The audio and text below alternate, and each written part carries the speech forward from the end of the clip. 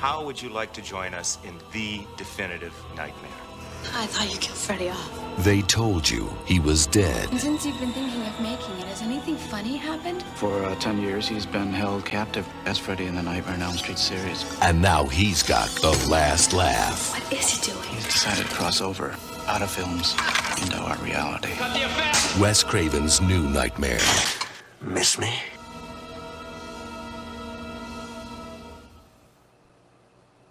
Hello, everybody, and welcome to Nightmare at Camp Blood, Episode 7.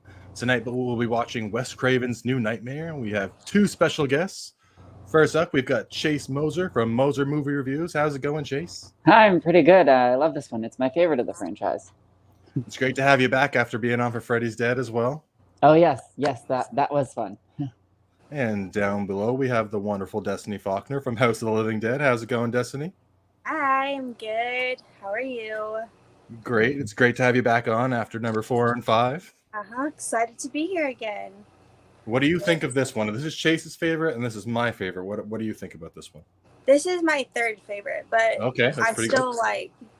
fucking love it. So Oh yeah, I like that. You It's like number 2. yeah, number Is that 2 your favorite? is- Number 2? Well, I would say the original by default, but Okay. part 2, yeah, I love part 2. So 1, 2, and then this one. Is Yes. that your? Oh, that's I can agree with that. That's pretty good. Yeah, my top 3. I suppose it's the spoilers for the ranking, but my top 3 would be Dream Warriors, New Nightmare, and maybe part 2, but not in that order. It's just those 3. I think are probably my top 3. What about you, Chase? Did you already say yours? No. Sorry, sometimes I do like a fake Australian like Arr. because it's so It's fun. okay. We're multicultural. It really here. is. Yeah. Oh, we got some no. spoons in the chat. I can't hear you, Chase. Yeah, I started getting a FaceTime call. How about now? Okay. Yeah, all good. Okay. Thanks for stopping in, chat. Hey, Evil Bread. Literally, no one ever calls me. No one face chats me. Nothing. Never. I get on a live stream. Everybody wants to talk. Literally. Hey, Good Real. Hey, Rob. I was talking about Red, movies. let's see. What was going on? Your top 3 nightmares. Your top 3. Got it. That's right. The thing interrupted me. So this would be my favorite one. Yes. And then my second favorite would be probably number 2. And then my third favorite would be number 1. And then number 3. And then I don't really care where the rest of the And then after that, it's kind of like whatever. I would say for me. And no, they all fall into the same place. They are Yeah. all neither above or below each other. That's fair. Just. That's for me. 5 and 6 are like that for me. They're basically on the same level. I don't hate any of them. I like them all. No, me either. I don't hate any of them. It's hard for me to hate movies. I mean, unless it's like, Same. I don't know. It's hard for me to hate movies. Would you rank any of these below Jason Goes to Hell? No. Wait. I don't think I would. No. No. I don't think so. No. Right, let's see. But I haven't seen all of Freddy's Dead, so without Oh, you that, should have joined us. Yeah. I Oh my told you, God. and then I wanted to do it, and I can't remember what happened. I didn't get notified for it at all. And I was kind of laying there, and I checked YouTube, and it was like already an hour or so in. I was like, Oh no. hey, We'll just do a second one and we'll bring you on for it. oh yay! Oh my God. I just thought about something. Were we talking about like 2 minutes ago before I got that FaceTime something about like Australian accents? Yes. Australian accents, yes. Okay, so for whatever reason, I'm not good at them. I don't pretend to do accents. I don't, but I heard, I don't know where I heard this from. Someone somewhere, I think it was like a clip of YouTube or it was like a TikTok or something. Someone in an Australian accent said, "Oh no, don't go." But it sounded like, "Oh no, don't go." Yeah. And I've just been going like, "Oh no," ever since. No, me and my boyfriend do that all the time. My favorite thing though is nerds, Jigsaw. Like it's Jigsaw. And Jigsaw. so it's Jigsaw. So we Did they do that in one of the songs? No, it's just fun to It's say like just things. something dumb, but I love it. And all the ones of the guy recreating H2O. He's like, clear on the beach in the tail. Yes. I think that's what it was. Fucking It was the RNR, the Moser. condensation. Yeah. He's amazing. I love that guy. He's so funny. Destiny, nice streaks. Thank you. Do you get my reference? Yes, I do. Yay. They're both red. Mine's not the same red as Gail's, but that's what I wow. think Chris said to me once I got him. He said, nice streaks. I was like, huh. That's a good one, actually. That's a good Uh-huh. reference. Chad also just reminded me, I just brain farted. We also had you on for part 2 with Chris. Ah, you did. Part 2, 4, 5, and 7. Yeah, Destiny, you've been on for 4. Oh, of the wow. 7 This so was far. kind of like your co-host through this, through the Nightmare series. Yeah, it's been great having Destiny on. And you too, Chase. Are. Thank you. We got Chris and Chad next week. They're fun. Oh, yeah. Can't wait to have them on for Freddy versus Jason. It's going to be a guy's night. I like Chad because I never know if he's going to be more on his, like, chill, laid-back side or if he's going to be, naughty. like... Naughty! Picking at people, yeah.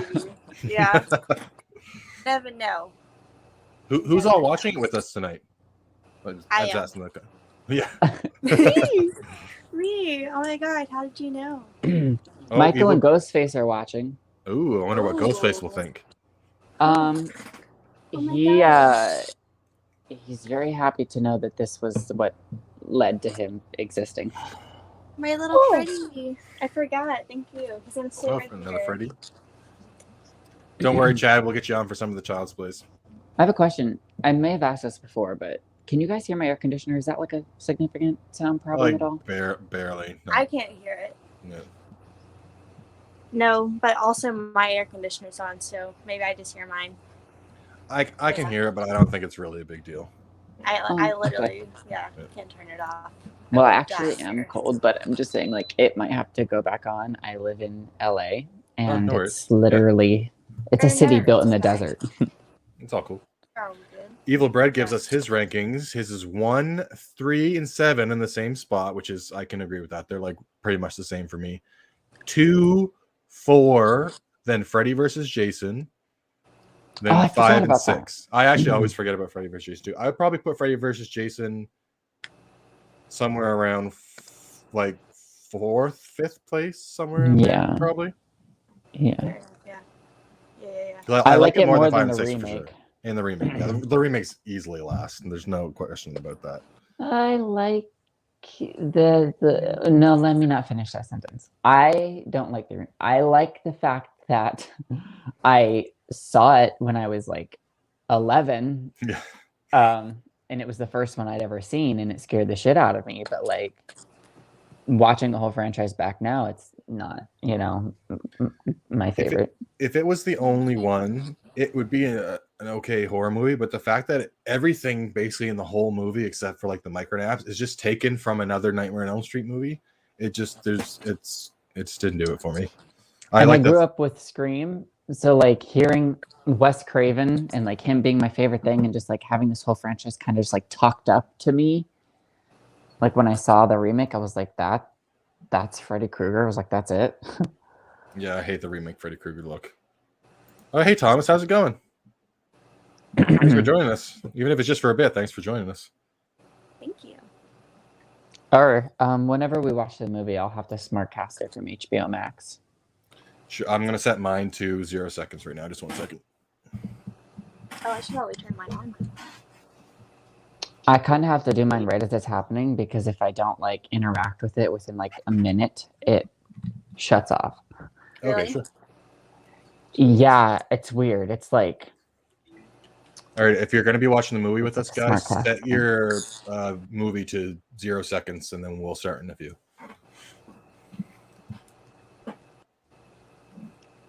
Oh, Red Rusty gives us his ranking: 2, 1, 3, 4, remake. Then everything else is equal. Interesting. So you like the remake more than 5, 6, and New Nightmare? In FEJ. I think Brett really likes the remake too. Yeah, I think it's his favorite. He better not be going that far. I can't accept it. Brett? Yeah. No, I That's- don't know if it's his favorite, but he's got it ranked like fairly high. It's his But favorite. maybe it is his favorite. Is it his favorite? I don't know. Brett. I'm just fucking with y'all. I was like, that's worse than Does Jason Lives like shade. Oh my god. Not this again. Evil Okay. Brett says, yeah, that's my problem, Chase. It was intended for a whole new generation, and their idea of Freddy is that awful fish-looking mess. Oh, hey Kyle, how's it going? Hi, Kyle. Kyle's trying to get to 100 subscribers, so if you could help him out, he would definitely love that.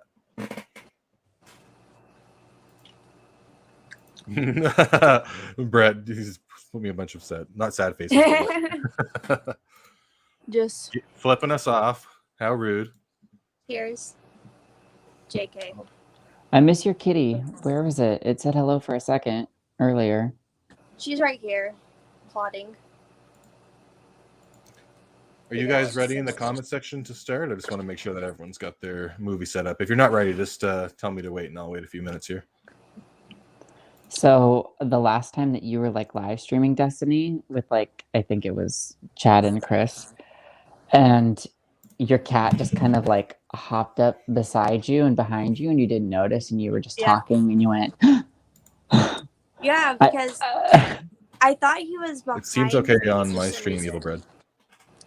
Oh, I'm hearing my voice on somebody's. I think I'm hearing my voice coming back at me from somewhere. Is it? I don't hear it. Oh, really? me either. No. Because. Oh yeah, it's weird. For some reason I can hear. Maybe it's just. Hopefully it's just me. Let me unplug my headphones. Is this different? Wait, let me just. I'm gonna. I don't know. I was gonna say I was gonna mute my own audio and listen to the stream, but I actually don't know how to do that. So. Oh, wait. It's not doing it. Oh, Just checking. someone says it's not doing froze it on stream. his end. Is it okay now, Evil Bread? Okay, Rob's ready. Oh, hey, Jason, how's it going? I wish you could watch along too. Maybe search quickly on Google for like the full movie or something. I'll give you a minute if you can find it. Or here, I'll see if I can find it. It's getting hot in here again. Oh my god, that's crazy. It was so hot here today. What's Wait, that? I think I like? actually might have just. Did I just find it? What is this? Oh, I like this movie because I like seeing Nancy as Heather. Like, yeah, You she's know? the. I love Heather Langenkamp and Nancy. I like that whole Couldn't find beyond the set thing. So that's why, like, Oh, the concept of Scream 3 and this movie and Seed of Chucky, like, even though Seed of Chucky isn't like executed well, I just like the idea of like Jennifer Tilly playing herself and like the same as Yes. like I love Jennifer Tilly in those movies for sure. oh yeah. But like this with just like them Wes Craven just like being himself, you know, that was always the best. Ow. Damn it. I was doing some product placement. I hit my knee. I'm okay. It was Freddy. Freddy tried to get me. Oh my god. Evil Brett says, "Oh, Destiny, what's your kitty called? Mine is currently on my lap, so I'm stuck here for the foreseeable future." Yep. I have two. I'll hold her up really quick. The other one's not in here. This one is Elvira. Oh, Say hi. Earlier she killed a Elvira. lizard. She doesn't look like she likes to be held unless she like jumps up on you and wants Yeah, she attention. hates it. She like freaks out. And then my other one, he is Thorn. oh, that's great. He's a little chunky monkey, but they're both adorable. Do we have a Halloween 6 fan? Yes, we do. Well, okay, originally I was thinking because when we were given the cat, my aunt said that they were both girls. Mhm. So I said Thorn because Thorn for obviously the Cult of Thorn, but then also Thorn from the Hex Girls from Scooby Doo and the Witch's Ghost. Oh, okay. So at first I was love leaning that. more towards like her. Well, since I've seen that. But once I found out she had balls, that's how we found out. One night my boyfriend was like looking at him and I was like, What are those? why is there balls? And I was like, oh my god. So we have a boy and a girl cat. So now it's Thorn, as in. Thorn would be good for either, or I Yeah, would think. like it worked either way. So Yeah. And I'm glad we gave him the more unisex name and gave her the girl name because she is a girl. So didn't have to change names. I was pretty Those happy are about that. great names for sure. I have Thank a you. similar story with my cat. I had to leave him in Ohio because he is not an inside cat. Uh-huh. He would just hate having to be, and I didn't want to do that to him. So anyway, he's there, but someone dropped him off at our farm and he was tiny, and I raised him for like 9 months or something, and her name was Gigi, and she was a pretty kitty, and I loved her, and she was gray. And then Gigi's balls came in, and she started urinating all over the house and marking her territory. And I had to, sit her down and have a talk about how, like, it's okay. There are lots of women who have balls these days, but we can't have you marking in our house. So you're going to have to go to surgery. And so I just call her a transgender cat. Sometimes I say she's my pretty little boy. Like, I don't even know. Like, I didn't change the name at all. Mm-hmm. His name is still Gigi. Sometimes I call her my pretty little girl, or sometimes I say he's my little man's. It's depending on my mood. So yeah, we had to get him trans kitty. Trans kitties. We had to get him neutered because he kept trying to fuck his sister. So we had to get him neutered so we wouldn't have some messed up cats probably. So yeah. That was like half the boys in the high school that I went to's problem. They're all trying to fuck their sister. Yeah. Oh wow! Actually, I'm not even going to get into it on here. I was going to tell a story, and I was like, you know what? No. Because wait, who's here is from Ohio, isn't it? It's Chris. Chris is from Ohio. Yeah. Do you come from a small town, Chase? Yeah, I come from a small town called Pattersonville. It doesn't even have, like, a phone line or anything. Like, so from Boys Town. I have to go like to this town, to this town, to this town, to like until people even know where I'm from. It's like 45 minutes away to like. Mm-hmm. Yeah, no. Never going back. I don't blame you. I'm from Boys Town, and it's BOIES, not BOYS, but there's not too much going on there. It's they have like a Tim Hortons, but they only got that like not that long before I graduated. So wait, you grew up in Ohio? No, this is in Canada. Oh, okay. But, I was like, what the fuck? I'm secretly American. Nah, I'm Canadian. No, you're not. You say a boat. A boat. Yeah, a boat. I'd like a boat. I would like a boat. Oh, Thomas Fraser says his rankings are 1, 3, Freddy versus Jason, 4, 5, 2, New Nightmare, and then 6. Nice. Lots of different rankings. I like it. Josh, what's your shirt? I would like to see. Ooh. This is like my favorite Nightmare. Or actually, I have another Nightmare shirt, for a Nightmare 4 shirt, and I was stupidly didn't wear it for the Nightmare on Elm Street 4 watch party. But I love that. I love both these Nightmare shirts. I got them at Spencer's. Mm-hmm. I just got a lava lamp at Spencer's. Ooh. Oh my god, that's where mine's from. Wait, do you guys want to see? Yeah, which one is it? Okay, so purple and blue are my two favorite colors. So that's what I got. Sorry. Evil Bread has a black cat named Freddy. Black. Okay. Wait, sorry. They wanted a black female cat, but ended up getting a striped ginger cat called Freddy. So I have like my home movie entertainment center here, and it's got like it's got like all my DVDs and such, and then there's my lava lamp. Oh, so pretty. Yeah, I love it. They're groovy. And then this is my like. I write down what I'm watching and what I'm anticipating. Cannot wait. Yay! Yay. I'm just going to post that we're live, and then we can start the movie. Yes. New Nightmare. I also think this is the scariest one. Yeah, this one, the stakes are high in this one because they're real. Like, Yeah, yeah. The way it was explained in the first one of him being like some sort of thing that happened where, just we all kind of know what happened there was like the corruption, but it's still kind of just like left up in the air about like how does Freddy really get his power? Where does he come from? How's he whatever? But like this one, where I think, if I'm recalling correctly, like the motive is I like a long time ago when I was young and like a young director in Hollywood, like I stumbled into some dark shit and like I accidentally like fucking like toyed with bad spirits, like trying to get ahead in Hollywood, and the only way that I could stop myself from being possessed was I had to like contain the demon, and the only way to do that was to like shuttle the power into like the screenplay or something, and like with as they were like directing scenes, it was like a way of like hexing or like trapping the demon in the movie. And when they hadn't like made a script for so long, like a demon from like hell or something like was like identifying as, I don't know, that seemed really scary to me. yeah.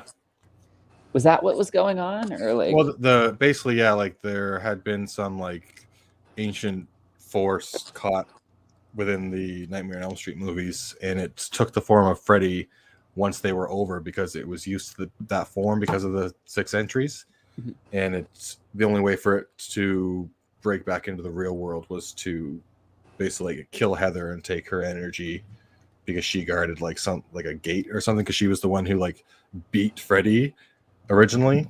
So it was like, I don't know. Well, I'm excited. So I Me just too. have to I'll put my thing up now. You guys can still hear me, correct? Yep. Mm-hmm. Cool. Holy shit! 5 lava lamps in one room, Red Rusty. Whoa. Wow. I love it. I agree, Evil Bread.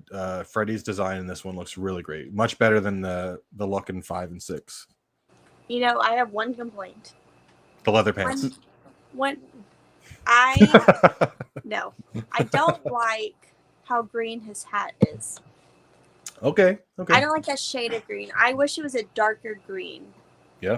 Because I feel like it's just too light for the outfit, I think a darker green hat would have looked better, but that's like my only complaint with this entire movie. Sorry, I was just checking that thing out.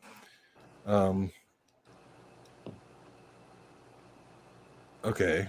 Evil Bread says, well, I took it as if the demon is taking movie rules to be Freddy. It needs to apply movie rules to Heather Nance. She's effectively, yeah, she's the gatekeeper of him being able to cross over into reality, and she has. It's almost like how he's the dream world gatekeeper. She's like the gatekeeper for reality because she beat him originally. Mm-hmm.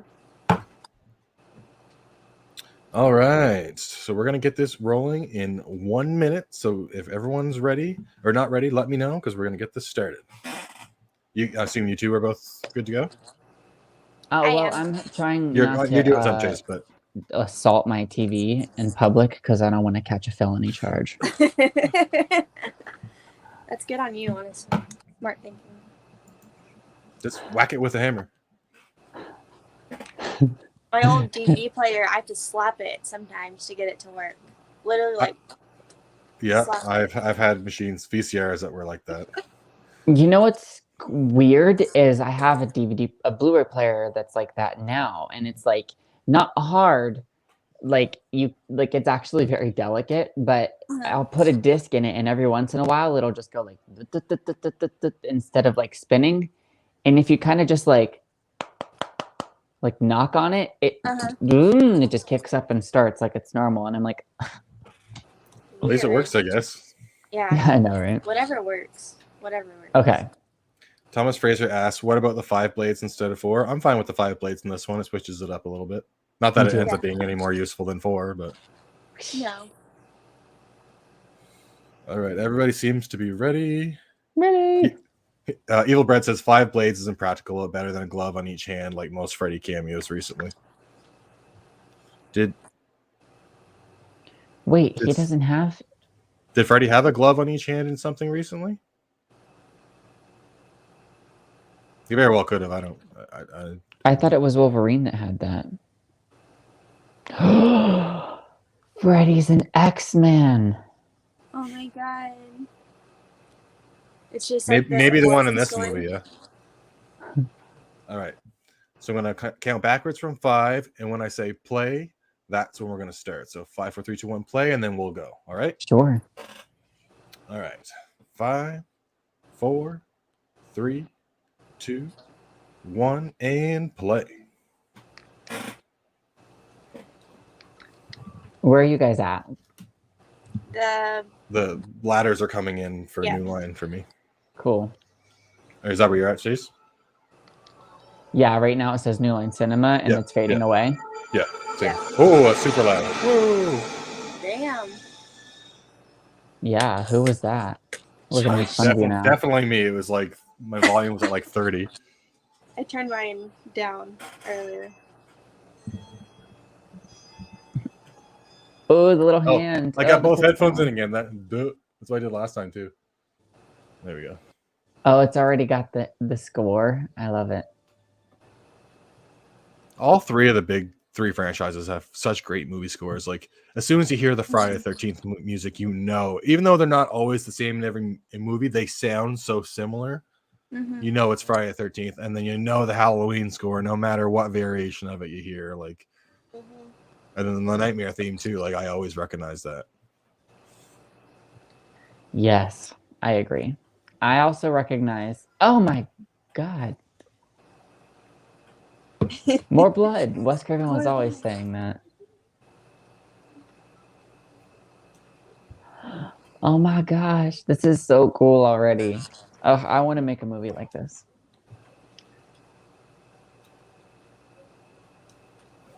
Movies about making movies. Yeah. He was so young and cute.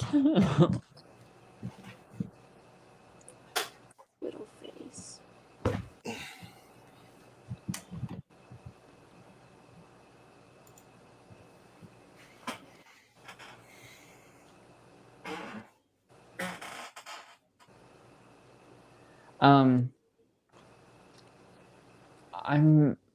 I really was like, I had a hard time with when Wes Craven died. I'd also never like, I never expected what Scream 5 would be, even though they always said that they would never do one if he died or after he died or whatever. I kind of knew in my heart that they would always end up someday making one. Mm-hmm. But everyone keeps saying like, oh, I'm kind of concerned that like his essence isn't going to be in it, or he's not going to be in it because like he didn't direct it. But I feel like it's still going to feel very in fit with the first 4. I don't know. I'm just really excited. I'm really happy. I'm glad that like, not glad because I wish he could have done more, but in a way I'm glad that Scream 4 is his last film because I feel like I really love it, and I feel like it's a great movie, and it was like such a strong way to go out. Like, say what you want about it, but it's not something like, it's not, you know, there was lots of other movies he made that were like, that people still don't even know the titles of to this day. So like, I just, what a way to go out with like, you know, Ghostface. That was your last entry in cinema history. Like, I don't know. So I just really appreciate that. I like that.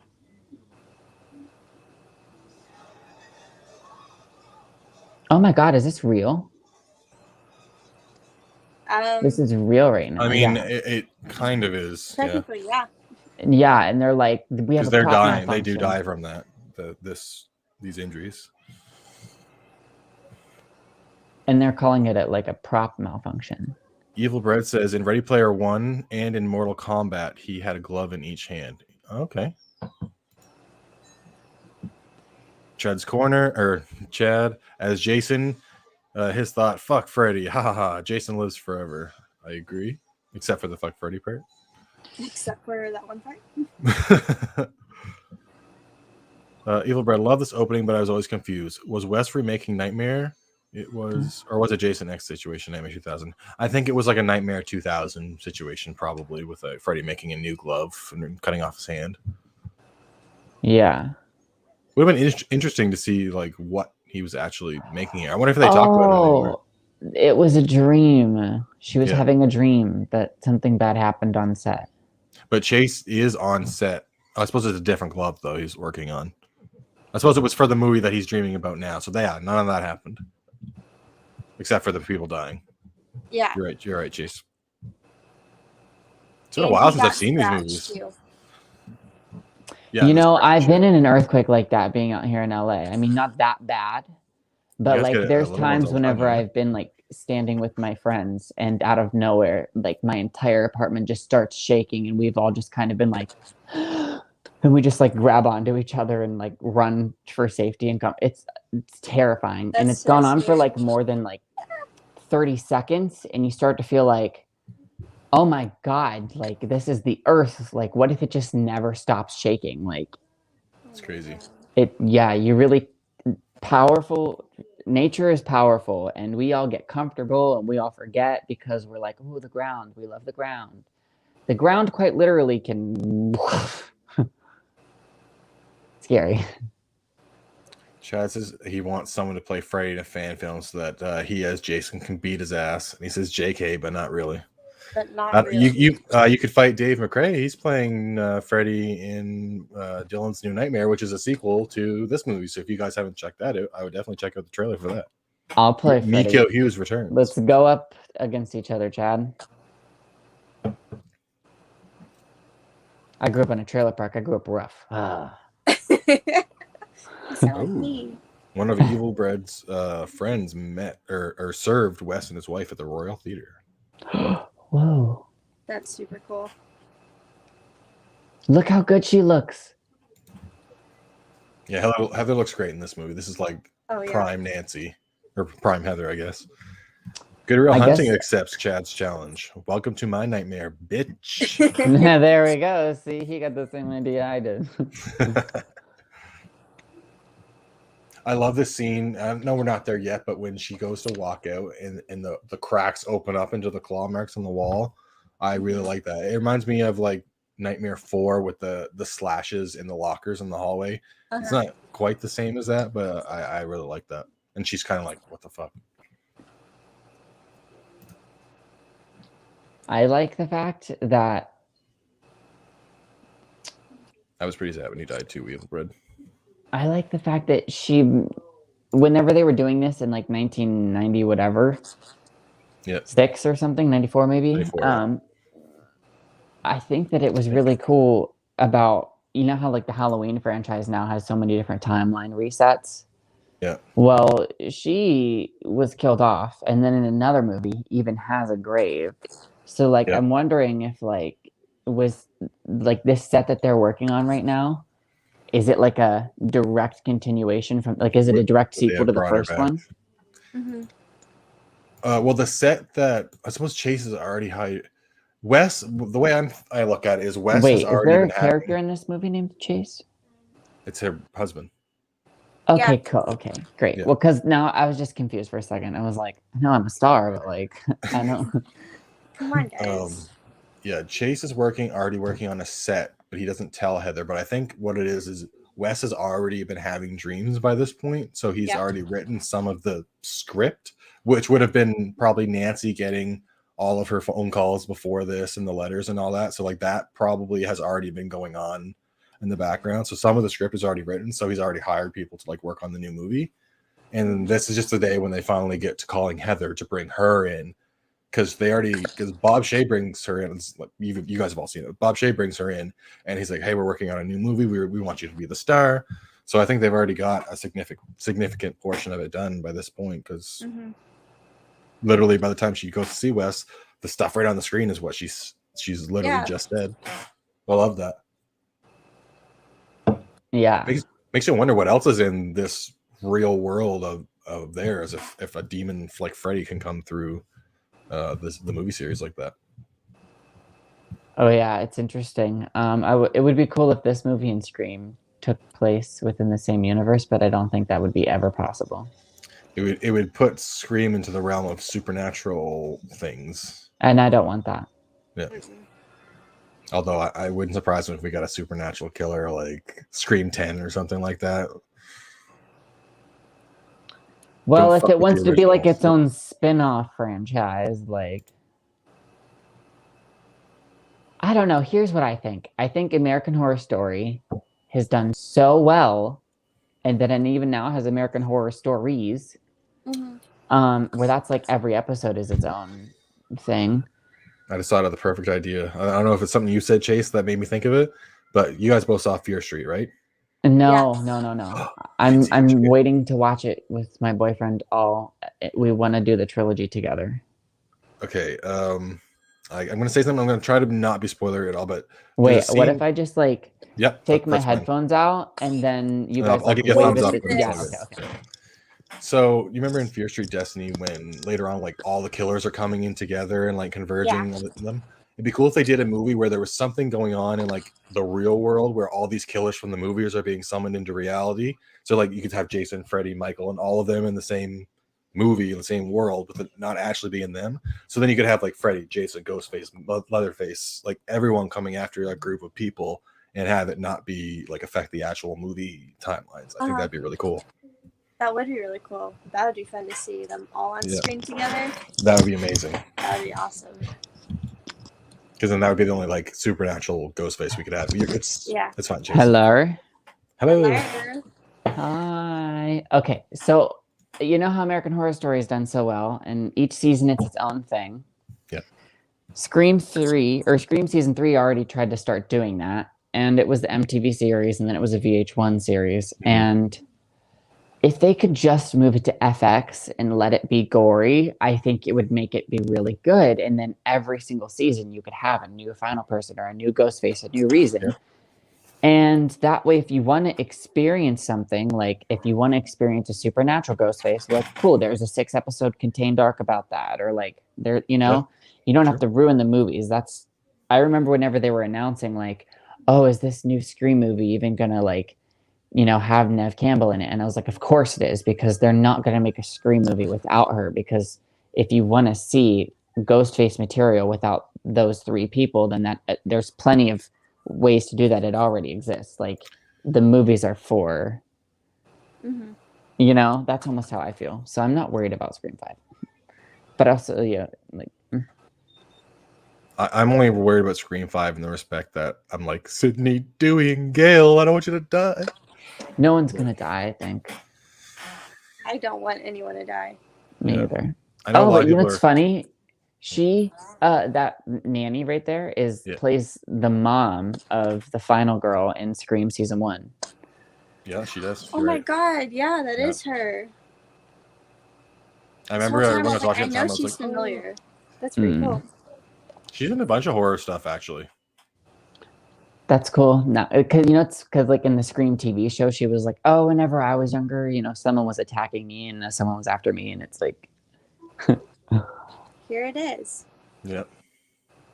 Actually, for as kind of like, I don't want to say dumb, but as like silly as the Scream TV show was, I actually enjoyed watching it, even though it wasn't anywhere as near as good as the movies. Like, I always like trying to figure out like, oh, who's the killer? Like, that's my favorite part of any Scream thing. So, and I thought each of the seasons did an okay job with like their reveals of who the killers were, and loved it. The deaths were pretty great too. Like, I thought that some of the deaths in season 3, especially, were very gory. Oh, 100%. I haven't seen season 3 yet. Oh, really? I watched the first. I don't know. Different cast, but it's. I still liked it. I prayed my whole life for more Scream content. It's all I ever wanted. And so whenever they finally came out with the 4th one, it blew my mind away. It was my favorite. It's still been my favorite for like the past 10 years.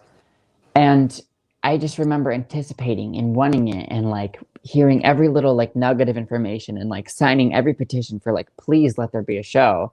Yeah. And they finally announced that there would be. And I remember like waiting for the cast to drop. And I remember I stayed up like every single night, Monday night during my junior year of high school, 10 p.m. to watch an episode of Scream. And I'll never trade that experience for anything. To be 15 while the characters in Scream are 15, and like it was just something I did weekly, was like watch an episode of Scream. Like I loved it. I have all the seasons on DVDs. So it's awesome. I do think it would benefit if it was like American Horror Story. Yeah, different season, new story. That would Yeah. be pretty cool. Honestly. Yeah, I think what hurt the first 2 seasons is that they stretched it into 2 seasons. Yeah. Because See, like, I I really didn't liked mind the that. reveal of the first season. Yeah, I did too. Like, Me too. Piper, right? That was her name? Yep, that's my favorite Yeah. reveal. I really liked that a lot. I thought that was really cool. Mm-hmm. And then season 2 was like, guess what? There's more. Yeah. Wait, who was the killer in season 2? It was Kieran. Wasn't it her boyfriend? Yeah. It Not was the Kieran first and one, somebody. but It was the somebody. There was second 2. one. There was him and somebody else, and then No, it never Wes got Craven came back and revealed. killed him. Yeah, and then there's that Halloween episode, remember? Like that Yeah. hour and a half long one where they Yeah. go to the island. That's tacked on to season 2, yeah. Yeah, because Kieran gets killed. Mm-hmm. By the, someone. By Brandon James, Yeah. wasn't it? I don't know her. I don't know. I thought it implied it was Brandon James because he was like, "You wore my mask without permission" or something. Yeah, who told you could wear my mask? Yeah. Chance is down for something, Chase. I must have missed what.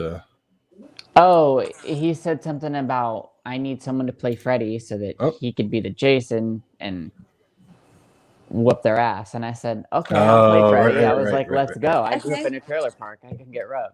We've also got Matt Fatchy in the comments. Hi. This scene right here always made me want to be like her.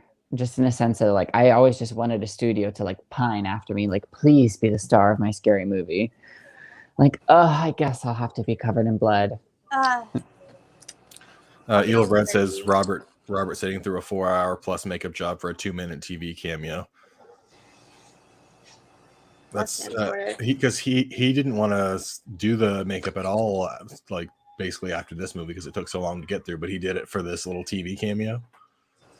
And I'm so glad he did. I love this scene. Yeah, well, I did too. It's respectable. It's like, it's just, you know. Well, I mean, for this movie, it makes sense, but I guess in the realm of like the real world for her, whole movie and stuff. Yeah, he did it. He did it for the movie. Although I do like the makeup they have on him here. It looks better than the makeup in 5 and 6. So the makeup where he looks like the new Nightmare version. Is that a different person playing that, or is it still? No. I was saying within the realm of like this world, real world in this movie. I presume Robert Englund still isn't a big fan of having to sit in the chair and put on the makeup. So it's just funny that like the Robert Englund character was willing to sit through 4 hours of makeup for being on TV for like a minute and a half. Yeah. Okay. Gotcha. I kind of said it in a weird way. Yeah, because I was like, isn't he like right there? Yeah. I was like, why would he put on the makeup just for that one part in the movie? But I get what you're saying now. Yeah, You'll have to be patient with me. Sometimes, I went to film school. I didn't go to smart people school. I also feel like this movie's just hard because we're like in 2 different worlds right now and trying to explain like the both real worlds. The real world, but you're like, well, actually, Yeah. None of it's really the real world. I don't even know if I'm living in the real world. I sometimes don't think that I am. It is. This is fake. All this right here. Fake. It's scary. It's too scary. I don't like it. I've literally had moments where like I feel like my boyfriend and I, we call them glitches, glitch in the matrix. Yeah. Where you can like set something down and I don't know, like come back to it like 10 seconds later and it's just fucking gone. And I'm like, all right. Glitch. One time I had just finished watching Bob's Burgers and I can't remember what song it was, but it's like the end credit, they're like singing their cover of a song. And so like I was singing it, and I got in the car, put on the radio, that song was playing. And I was like, right there. This isn't real right now. None of it's real because how can you tell me? Coincidence? No. It's fake. Yeah, you know what? I love that. It'd be like, is it a coincidence? Probably, but I don't feel good. But still freaking me out. Evil Bread says off topic, but Heather work in that purple suit. I love. I don't know if you're saying you might say I love or I live. You're probably saying he probably lives for her wearing that purple suit. Yeah. Okay, I get it. I do. Good real. I love it. Yeah, she looks great in that suit, that plum suit. Yes. Good real says, "Oh damn, that is her. I love season 1 and 2. Can't get into season 3. I like season 3. It's just I don't know. I don't know. I like that they have the original mask and voice back. So I do actually. Yeah, I didn't mind season 3. I do Yeah, know who I the killer just is, can't though. not watch something that has Ghostface content. Like Yeah. I will. Yeah. I can't not see every second of it. I can't not hear every phone call, see every kill, I have to know every unmasking. Like even if it's the Yeah. shittiest thing in the world, I'll never not watch it. I'm just hooked. Same here. Good real says, Chase, check out Scream Legacy, a Scream fan film coming out December 20th on YouTube. Yes, I have seen previews for those. Fan films are hard for me just because I went to film school, and so I am not that I want to be picky, but it's my eyes are just too.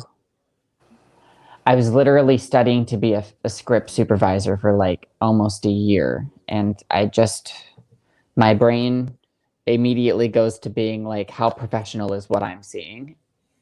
So I love them and I appreciate them and their love notes, and I still to this day, it's a good way for me to build like my reel and stuff.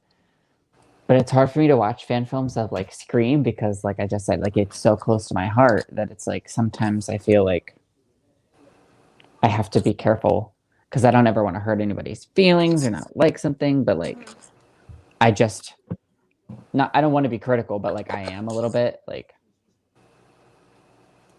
because of film school, like it takes me a lot to turn my brain off when I watch movies now. Yeah. Like even TV, like when I'm watching TV, I'm like, do you know how many guys are like sitting behind that camera? And like how many is like one guy has a job to pull out a tape measure and measure the lens to like Heather Langenkamp's eyeball. And then they yell out like exactly how many inches it is so they can pull the focus. And so like, I just get really caught up in like, I'm too aware that it's not official. I hope that doesn't sound bad. Sounds terrible. Awful. Cancel Chase. I watch when I was younger, 2 years ago before I finished film school. I used to watch Star Wars fan films all the time. There was nothing I loved more than like diving into that kind of stuff. But now I'm just kind of like, I don't know, I'm just branching up. I'm just, I'm in a different place in life.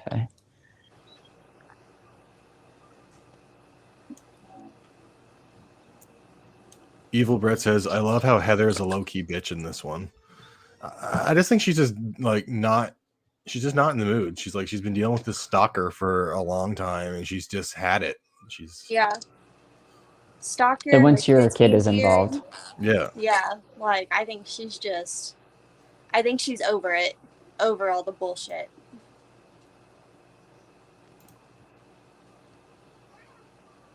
Oh, Rob, you got to see it in theaters. You're lucky.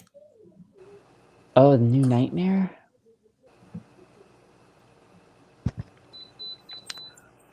Man, do you mean his mask in the Evil Bread? Do you mean his mask during the interview scene? Because it does look similar to the Nightmare 5 makeup, but just like better. Evil Bread says, I went to film school too, Chase, so I get it with the peace sign. Yes.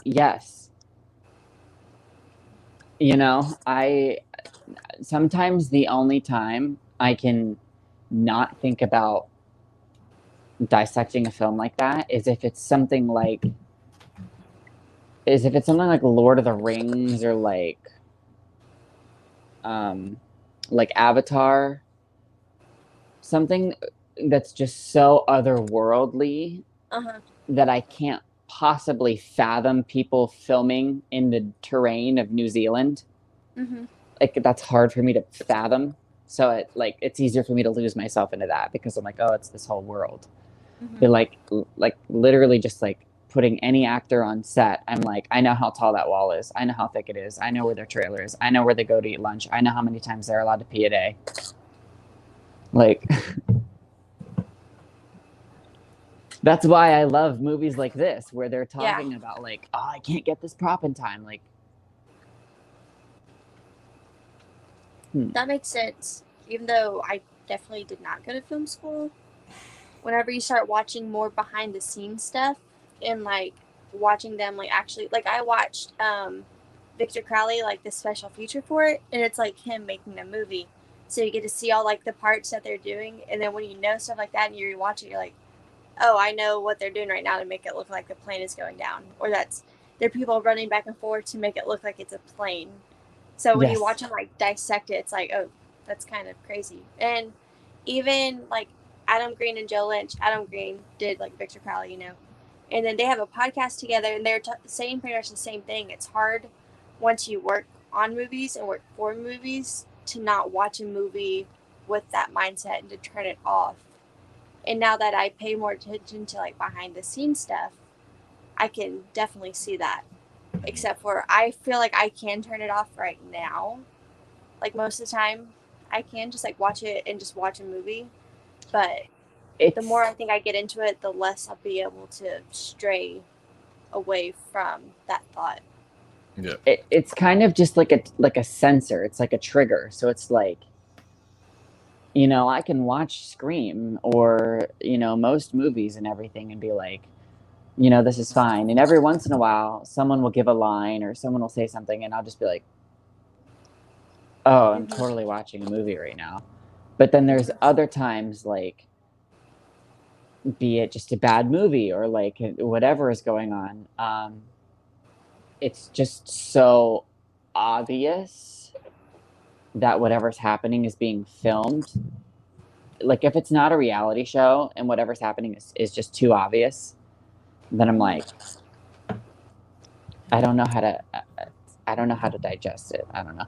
But the only difference between film school and not film school is I just had to show up and get lectured for 8 hours a day and read books that were like this thick, and like I just got a chance to work on sets and stuff. So it was pretty much just practicing the craft like 150% of your time. So you can still, every time that I had an assignment, it was, the teacher would talk about something for 2 or 3 hours, and then they would give us homework, and it would be watch this YouTube video of a behind the scenes thing and like fill in the worksheet of like how, what camera were they using, or like what is it called when someone needs this, like, so you can still do all of those things. Half of my curricular work was I had to do it online because that's how people do everything these days. So you can totally look up anything. The internet. Oh yeah. I just also went to my film school because there was no way I was ever going to be able to get a bachelor's in science in a real science school. That sounds awful. Yeah, no. Oh, I do love this part of the movie. It's just starting to get creepy and real. Yeah. Rob Kerr says he did TV broadcasting for him back in college. Whoa. Nice.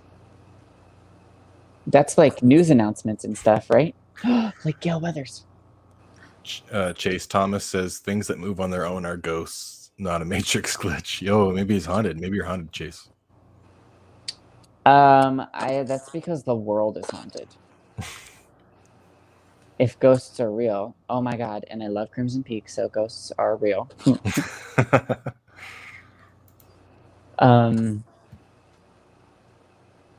My building's from the 1920s. I don't know. Well, see, here's the story with that. Somebody probably died in there.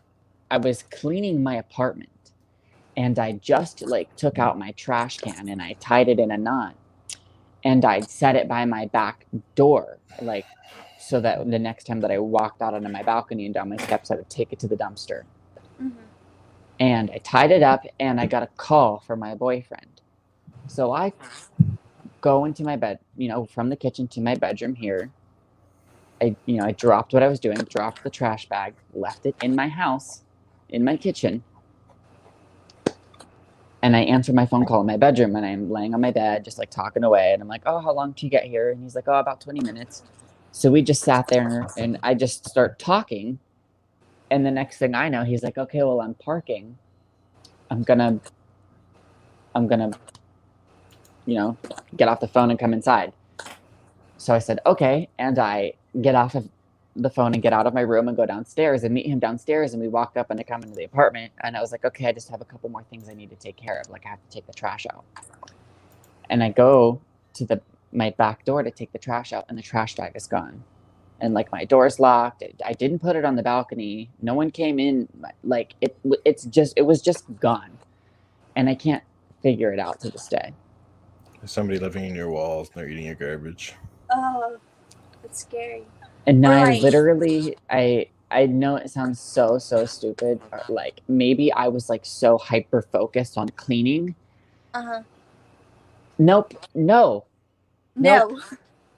You know those moments in like movies where like people experience something that's so unbelievable and they sit there and try to convince themselves like otherwise?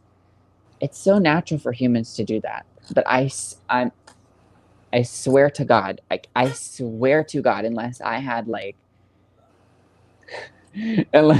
some sort of mental break and switched personalities. And like, I don't know. I have no memory of taking that The trash crotch bag scene. out, and it's gone. That's weird. Oh, you like crotches, huh? It's very weird. It's just like, look at Chase's bulge, and then he gets stabbed. What did you just say about my what? Chase on What the did on the you movie. say? I know. I was poking at you. I know. Do you Got like Chase's stabbed. bulge? In his freaking. I don't know. We didn't see enough of him.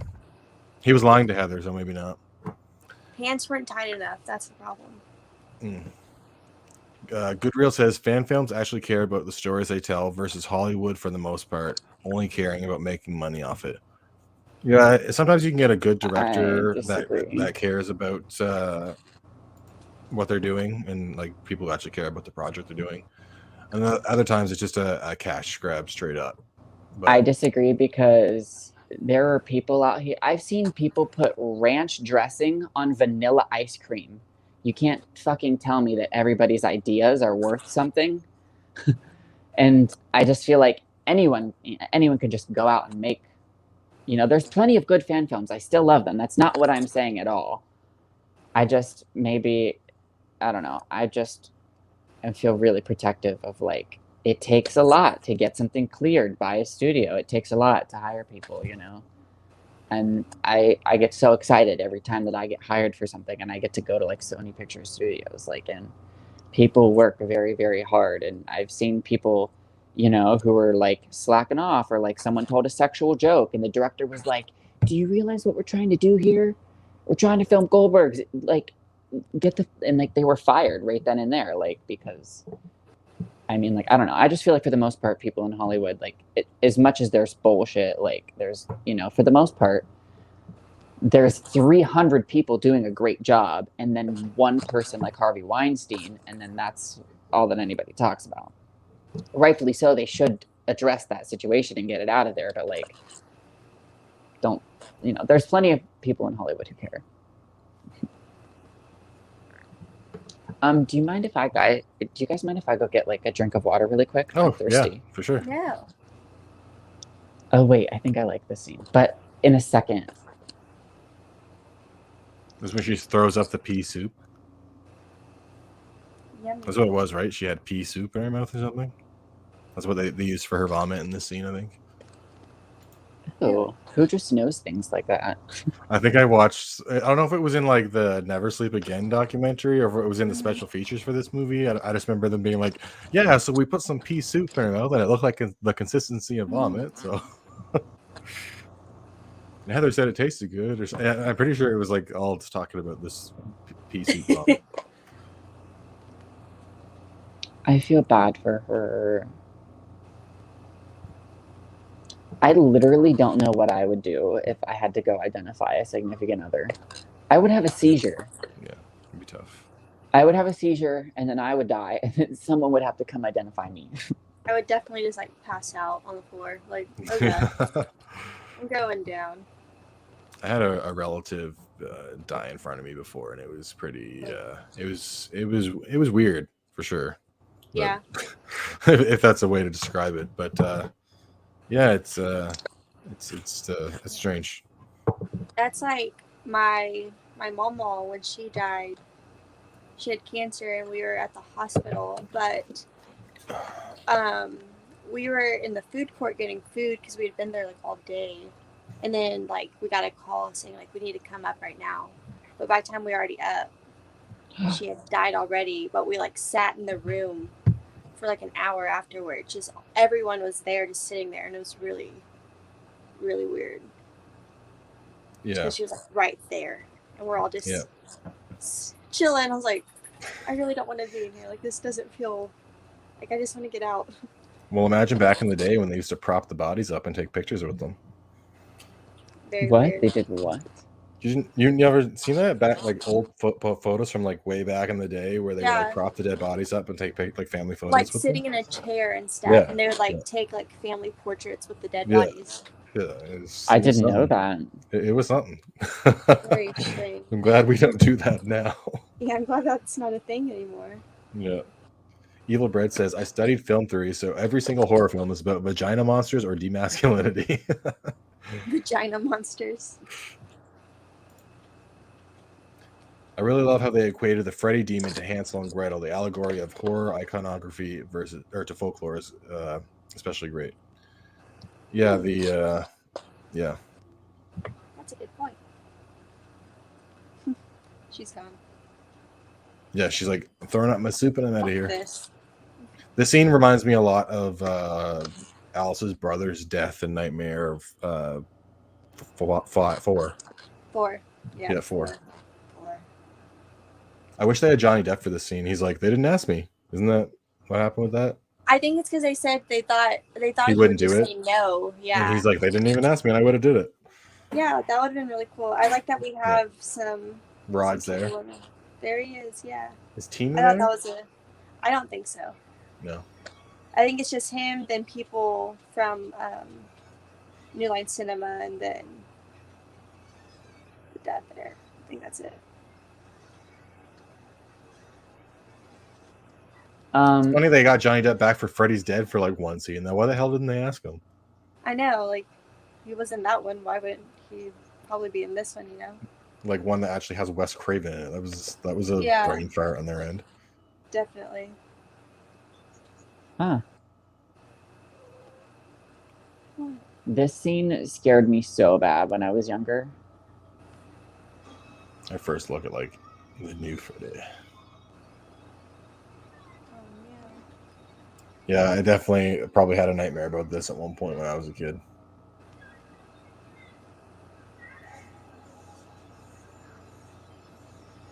I like her realization here that things are like this might be actually happening.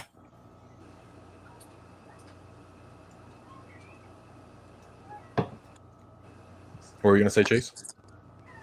Oh, it really made me believe that like things could be, you know, like that if you crawled into your blankets, that it would just To keep going. Yeah, endless world. Yeah, I definitely probably tried that a few times when I was a kid, crawling through my blanket to see what would happen. I had such a good joke. As the time passed. Yeah. You can tell it if you want. Nar. No. Why not? Red Rushy says cheaters love that tendency in people when they say, "Are you gonna believe me or your lying eyes?" Really enjoyed Till Death. Any thoughts? That was a great movie. Love that Wait, one. with That was I know Megan Destiny Fox? loves it. Yeah, the Megan Fox Yes. one. Yeah. I haven't seen it yet. Ooh, you definitely gotta watch that one, Chase. It's really Yep. good. Chase's death scene always reminds me of Alice's BF death in Nightmare 5, minus the weird cyberpunk motorcycle robot guy thing. Yeah, I can see that. Yep. Yeah. I didn't die. I'm right here. I think do you think this movie could have done with more deaths, or do you think there's just the right amount? I think it has a good amount because to me this movie isn't about the crazy deaths like sequences or anything. To me this one, because it's more real than all the others, Yeah. So Yeah. I like that there's not that many, and the ones that are dying, like in the other movies, they're the ones that are closest to Heather. So I think it has a good amount.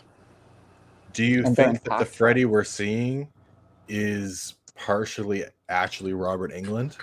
Because they never meet. We never see Robert Englund and Freddy meet. And anytime we see Freddy after she has a conversation with Robert, Robert acts really weird on the phone call with Heather at one point. So do you think that this is Robert being turned into Freddy through this demon's powers? Oh, I kind of Like, thought this was like the demon manifested, like physically. Do you think it but- manifested inside Robert, like because he was Yeah. Freddy, and this is Robert going into people's like, because we only see Robert real quick, like once or twice, and then Huh. I've never thought about that, honestly. Well, does that mean with the end when they get rid of Freddy that Robert is fine? maybe Or do they like get rid of Freddy? because he did turn back, he does turn back into like demon mode at the end Yeah. before he actually dies. So maybe that booted Robert out of him, and then he like turned back to a demon and died. Huh. That's exactly what happened. Yeah, well, I guess we'll never know. Yeah. Okay, I need Right. to go grab water. Oh wait, Chase. Goodreal says ranch on vanilla ice cream. We must join forces and put our differences aside and conquer this evil. Thank you. That's Exactly. disgusting. Ranch on You vanilla get ice cream. it. I like the boys of Goodwill Hunting. I usually have similar good guys. thoughts with them, and even when we don't, it's still fun. Like, I still like part 4 of Friday the 13th. I just was so surprised that other people loved it so much. But everything else, Yeah, definitely. I always pretty much agree with our little community. Mm-hmm. I do think the lack of a camp setting for part 4 is a huge detractor from the movie. Like, it's even if they just had a camp for a second, had a old couple getting killed at the camp or something, like just something, because it's just 2 houses, so it's a little, I don't know, weird seeing Jason run around in 2 homes. I guess not weird, but I don't know. Okay, I'm gonna step out for a second. Yep. Red Vesty says, I know, right? I may mix tuna with popcorn, but ranch on vanilla ice cream. You're mixing tuna with popcorn, and Yeah, I you're don't talking know. about people putting ranch I on don't know vanilla about ice that, cream. man. I don't know. That. I don't Sus. know. It's a bit I don't sus. really like that. Not gonna lie. I don't like tuna to begin with, so that counts me out of that. Since I'm pescatarian, so that means I eat like seafood, I eat fish and stuff. Yeah. I have kind of forced myself to like tuna so I could have something to eat, Yeah. But like deep down, I still That's don't fair. like it. As soon as I smell it, I'm like, bleh. I do like though, like if you go to the store and buy like the packets of tuna, I think the jalapeno one is the best because that is the one that least like it doesn't really Least taste tastes like like tuna, tuna. Yeah. So I'll like make like a grilled cheese pretty much, and then I'll put that on it with like mustard and more jalapenos, and it doesn't really taste like tuna at that point. So like I Okay. think that's good, but just like I'll go to Subway and try to get like the tuna fish sandwich. I'll eat like half of my like 6-inch, and I just can't even finish it. Can't just do it 'cause anymore. It's too much. Yeah. I would probably actually throw up if I tried to eat tuna. Like, not even kidding. I would just instant, like right away. I didn't eat it for years, like up until like last year. That's when I actually ate some of it, just because like I always refused. I was just like, no, I can't even get past the smell. Yeah, it's pretty mushy. Oh, hey, J Carts Arts, how's it going? Hi. I want to make my own Rex so bad, and I plan on doing it. At some point. Yes, I'm that would gonna be so order. cool. a Miko stuffed Hughes has animal. one. Yeah, like he has like the original one too. Yeah, the from one. this. Yeah, Yeah. that's so cool, and it's going to That's be pretty used in cool. the fan film. I know. How freaking cool. awesome is that? I wonder when that's supposed to come out. I don't know. I don't know. Yellow Bread says they would never have cadavers out there on the open like that. I've never identified a body, but I've had someone die in front of me and went to see the body in the funeral home, and it's the closest I've ever come to fainting from shock. Mm-mm. Yeah, it's definitely it's a strange experience for sure. Yeah. I think death is really hard for people because, wow, sorry, giant taboo topic. I don't even know how to tackle that, but like, I think it's scary because it's scary. Like, does that make sense? Like, because it's a little uncomfortable. It's uncomfortable, obviously, but like we could have operated that, but it's just come like generations and generations of people being like, oh my god, someone died, that's awful, suppress. Yeah. And so like now when someone dies, it's like people are like, oh god, I'm so sorry. Did you hear anything else? And it's like anytime someone tells me that someone's died, I'm like, oh, please tell me about them. Like I try. Yeah. People are so quick to like, oh, that's uncomfortable, and they just move on. And like I think it's only gotten scary because it was a little scary. Yeah. Yeah. Usually someone dies, like I want to know how. Yeah. I never want to ask like, oh, how, but like I want to know how. Like I'm just curious about it. Well, I mean, it's a part of their story, It's Yeah. So a lot of the times you're like, oh, where are you from? Where were you born? And stuff. So it's like when someone's had the completed story here, why not tell it? Yeah. Yeah. Like I'm pretty like open with stuff like that. Like I don't mind like my dad died, and I don't mind like talking about it and like explaining like what happened and stuff. Like it just, because to me I feel like it helps me whenever I talk about it, and it's like I don't shy from that fact. Like, and it's just, what else can you do but try to tell what happened? Yep. And the last time I watched this, oh, go ahead. Oh, so something I was gonna say is that like, of course you should always talk about your dad, talk about him forever, because when someone that we love dies, I think the most offensive thing that you can hear as someone who's had that happen, or the most offensive thing you can say to someone who's going through that is, like, when are you ready to get on with your life, or like finish your grieving, or like get it back together. And it's like, when someone that you love has died, and you tell someone to move on, you're essentially telling them that their person that was everything to them wasn't worth it, is useless, it's like I hate that. Like, just because they're not here anymore means that I didn't love them, or means they're no longer worthy of my time, or like that they didn't have an impact on me. Like, I just hate that like move on thing, because you would never move on, because if they're alive, they would be alive. So if they're dead, they're still whoever they are to you. They'll never not be, and you'll never not have those feelings for them. And so I just hate the whole move on, because if you ask me, there's no such thing as moving on from someone that if you've loved someone who's died, there's no moving on from that. It's not. I even hate that that's a thing. It's just something that's happened now. It's how you live. It's how you live the rest of your life with them. Technically, it's just the relationship shifted. Definitely. My freshman year, I actually lived with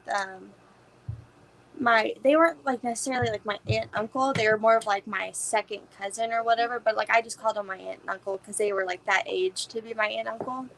And I remember one year, it was my dad's like death anniversary, and when that happens, it's very like, I'm either going to be completely distraught or I'll be totally fine, and I don't know what's going to happen each year. Like either way, like something's going to happen, either I'm going to be okay or I'm going to be a wreck. And then I remember it was my freshman year of high school, and I had school that day, and I always still went to school and stuff because I would try not to like let myself sit at home and like think. And so my aunt and uncle they told me, because I was having like a bad day, and they told me like I need to learn how to cope with it better. Yeah. Like, I only got to be with my dad for 12 years of my entire life now. So you don't get to tell me when both of your parents are still alive. You don't get to tell me that I need to learn to cope better when you're both of their parents are still alive and married still. It's like you don't get to tell me that because No. you have not experienced anything I've experienced, and I'm a third of your age. Like you don't get to tell me what to do with this. Like they're stupid, Yeah. and I do not like them. No, that's an extremely like honestly fucking rude thing to say. Like They're pretty awful. Oh god. I feel like I cannot express enough, even though I totally did, how there's no such thing as moving on from someone who has died. Yeah. To me, it's no different than my brother went to the grocery store. Oh, cool. My brother went to an amusement park. Great. My brother got hit by a bus and died. Like it's just something that happened to them, to me. So like, I don't, what do I just like, poof, evaporate? I just don't. Yeah. Just pretend like I've never had a dad before. Like I'm never. Yeah. Who would want to live a life like that? I would rather have a lifetime of sharing stories about my grandma, my grandpa, and everyone that I've loved who's passed, and thinking about that and carrying that feeling with me rather than dropping everything and becoming a whole other new person. Exactly. Because it's weird because it's just like, it's like you have all these memories and then it stops. And that's just like, it's like that is always going to be like frozen in time. Yeah. Like I will never experience anything I've already experienced like that before because I can't because they're not here. And the last time I watched this movie, because this one I didn't go back to a lot as a kid. I didn't like it as a kid, mainly because I didn't really understand this world. So it just never stuck with me. But the last time I watched this, which was a few months ago now, maybe like 3, and then I more watched it in the eyes of like with Dylan, and then with him like at his funeral or at his dad's funeral. And I thought about, and then my siblings, like one of my brothers, he was probably the age of him. And so I was like watching it with like that in mind. And I feel like it affected me a lot more just because I can apply personal experiences to it. But like him like asking where his dad is and then at the funeral and then like trying to think, even when like Heather has to like tell him and stuff, I just kept thinking about like my own experiences. So I feel like the movie definitely hit me a lot more last time than it's ever before because I didn't have that experience before what happened. Yeah. Wow. Yeah. And that grief is heavy. That's it's hard to operate. Which explains the exact state that she's in right now. I mean, how do you even cope with losing a significant, and that's another thing on top of it is I think it's totally possible for a mother to love herself as a person because she obviously existed before her child did, and there's a whole independent thing there, and then the love the role of a mother, and then love the connection there, and then love your husband, and then you can love how your husband is a father to your child and like love how they're like, so whenever he dies, it's like she's losing her significant other, he's losing his father, and she's also losing his father, does that make sense? Yeah, definitely. Because they are definitely their own person, and then they have that kid and they have that joint love for him, and now that's never going to be there again. And like I can't imagine how like my mom felt having to tell me, because even though they weren't together or anything like that, they hadn't been together since I was 4 and I was 12 when it happened. It's just like having to tell your kid something that's so it's not going to ever change. Like, and I didn't think about that until I got older, because like I never thought about like how it affected my mom, because to me, because I was also, I was young. So to me, like, I felt like I was the one that was like affected the worst. Besides, like, my other siblings too, of course. Because but, like, at a young age, you were introduced to the concept of the earth has serious consequences, and sometimes people don't come back, and that's hard. oh yeah, And it that's a definitely whole different thing to operate at home. because then you have to grow up so much faster than a lot of people because you've already experienced something that a lot of people haven't, and it's not. Oh, ew. What's he spitting? Sorry, I didn't mean to, like, I was totally listening to you, but I saw him lick her whole mouth like he did in the first one. And I just... Ew. Oh my god. I think at that point I'd just be like, I just need to go for a walk. I just need to get out of here. I can't be around anyone.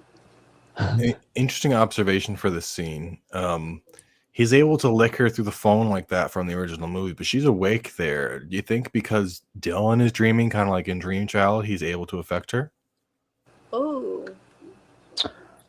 Well, I think that throughout this kind of whole movie, there's been signs of that, like, Freddy's breaking out into the real world no matter what, kind of, because it's the demon. That's like there's why there's all those earthquakes and stuff. So, or maybe it's a nod to that. I'm not sure.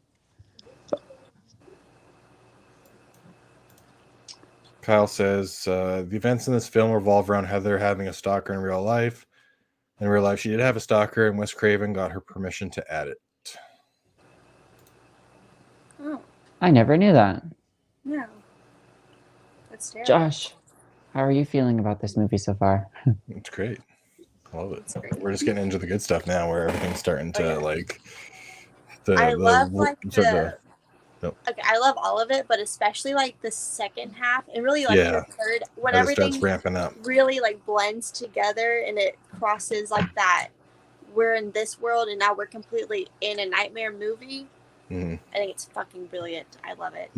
I have two favorite scenes that immediately come to mind in the entire movie. I'm just gonna say them now before we get to them. Number one is when she's home watching the news and then she tries to turn the TV off and it keeps coming back on. And then there's the earthquake and the coffee machine ends up over by the closet. And then she goes over and Freddy rips open the things and he's like, "Miss me." That one. And then when she's outside with her father and she's like, "Why are you calling me Nancy, John?" He's like, "Why are you calling me John? Yeah, why are you calling me John?" And then she has to accept being Nancy one more time. Yes. I love it's that. So fucking good. Yeah. So good. I love you too, Daddy. Like, just so good. It's almost like a dream thing. Oh, that totally makes sense because like the entire franchise is a dream thing. I meant like, you know how like Inception is like a thing, or like Eternal Sunshine of the Spotless Mind, where like you're just kind of like all over the place, and it's like you're like, did it really happen? Did it really not? I don't know. It's up for you to decide. Yeah. Get down. Get down. Evil Breath says, I'm lucky enough to have only lost one or two important people so far in my life, but I definitely turn to movies for my coping mechanism. So I think it can definitely transcend trauma and emotion. Yeah, movies are definitely a way to cope with a lot of different moments in your life, good or bad. Insidious. She is. She's a big horror icon. She's Lynn also J. in the first Nightmare on Elm Street, right? Yep, she's the teacher. So the teacher is now a nurse? Yes. In this world. In this world, yeah, this isn't the actress who played her. Although they probably should have just had her cameo as an actress instead of a character. Yeah, that would have been cool just to see her being Lynn J. How cool is it that she's old as fuck and has an entire franchise around her? Mm-hmm. They need to make a fifth one. Are they still doing that? They killed her off too quick. Yeah, they are. And I think Patrick Wilson is the one that's supposed to be directing it or something.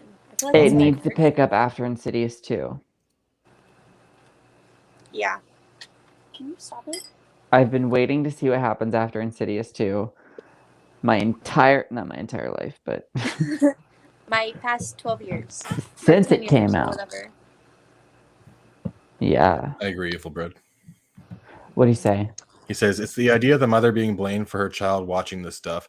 I think we can all agree that these kind of films do not impact your later lifestyle for the most part. Yeah, I would agree with that. I would say like obviously you can get ideas from movies, but chances are if you're getting those ideas like that, you were already having some bad thoughts. Definitely. Like I started watching horror movies when I was like 3. I'm good. Like I'm not. Well, if you're like a perfectly well-adjusted human and you just happen to watch a horror movie, you're not gonna be like, "Oh, let's go kill people." Like I don't. No. Yeah. No, I don't think so. Lynche. One time I was drunk and I was trying to wash my hands and there was this like gnat and I kept swatting on it and I kept swatting at it and I grabbed it and like threw it in the sink and washed it down and like because I was like so tipsy and like in my feelings I went and I started crying and I'm like on the floor like bawling because I don't know, like when you drink wine everything just feels so much heavier. And so I'm like sopping. I'm like I like cannot breathe. And I'm like, I killed a bug. Mm-hmm. And my friend's like, it's okay. It's okay. You can get up. And I was like, I'm a monster. No, that was me earlier. Okay, there was a lizard on the door. I made a choice, and it was death. I just want to say these earthquake shots are really good. That is amazing that they capture these earthquake shots during real earthquakes at the time. It's kind of crazy. Weird is that? Yeah, like earthquakes in the if I was script and working then on real this movie, earthquakes. I would definitely been like, you'd be like, what the fuck is going on? Destiny, you were saying though. Sorry. Yep. Oh, earlier there's a lizard on the door. We opened the door to get in the house, and it jumped in. And so I kept trying to get him out because we have 2 cats. And I kept trying to get him. And he kept running away from me. And he was like breathing heavily because he kept running. And I was like, no, I'm trying to help you. Like, I'm trying to get you out of the house, like back outside. And I couldn't find him. He left. And then I hear Elvira meowing. And I go into the kitchen. The lizard's on the floor dead. The tail and arms are missing. And there's blood. I was like, no. I tried to save you. I was like, I tried to help you. I felt so bad. This is right before I started getting ready. I was like, rest in peace, little lizard. I wanted to save him. I couldn't save him. I made my boyfriend go clean it up. I was like, I can't. So I wanted to help. And they just killed him. Got a question from Rob for you, Destiny. What was your favorite movies with your dad? Definitely whenever we would go there, whenever he was still with my stepmom, because my dad liked horror movies and my stepmom also really liked them. So we would always watch Creepshow 2, Urban Legends of Bloody Mary, yikes, Halloween, any of the Halloween movies, See No Evil, we watched that one a lot because he was also a big wrestling fan, so that was like the best of both worlds for us. And once I got older, we watched Rob Zombie's Halloween 1 and 2. Mm-hmm. So those are like why I love those a lot because like I specifically like remember watching this at his house with them and stuff. I think those are because he died in 2011, and I don't think we ever watched like Friday 13th together, like the remake or Nightmare on Elm Street remake, but Rob Zombie's Halloween and Halloween 2.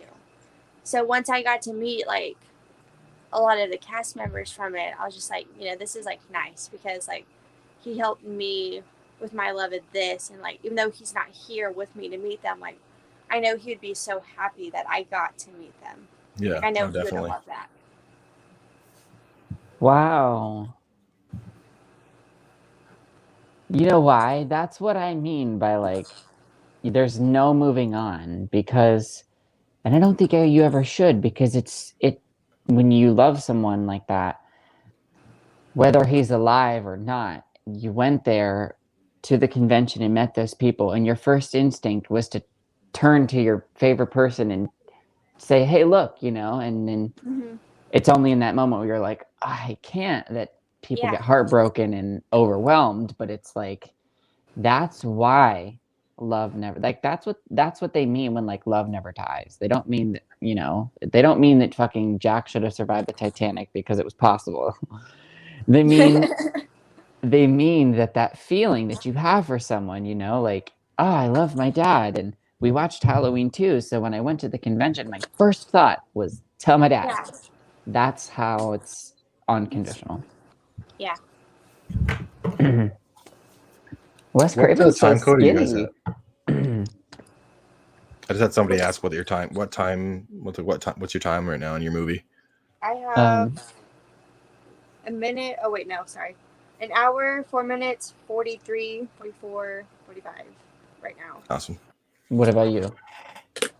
If I check mine, it'll pause. Fade to black.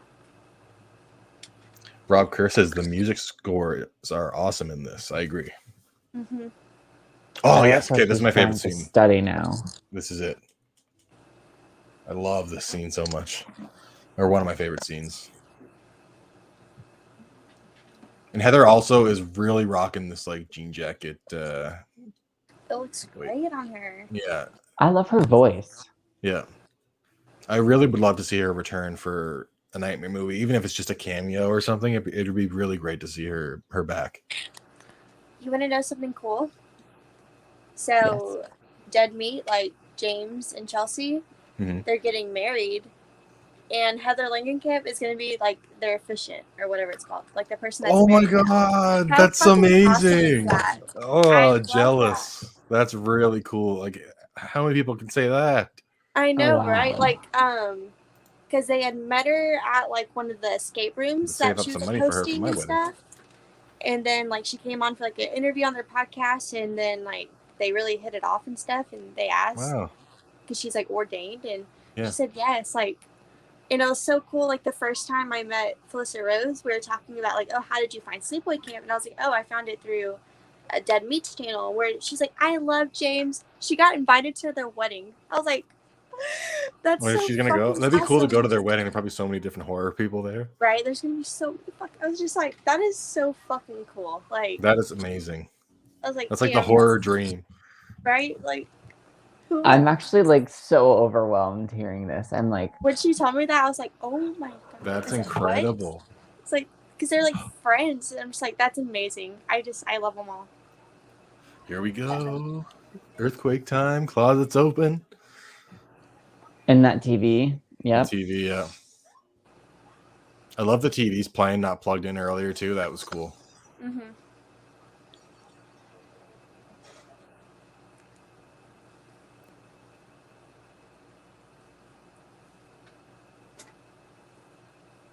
The lighting is great.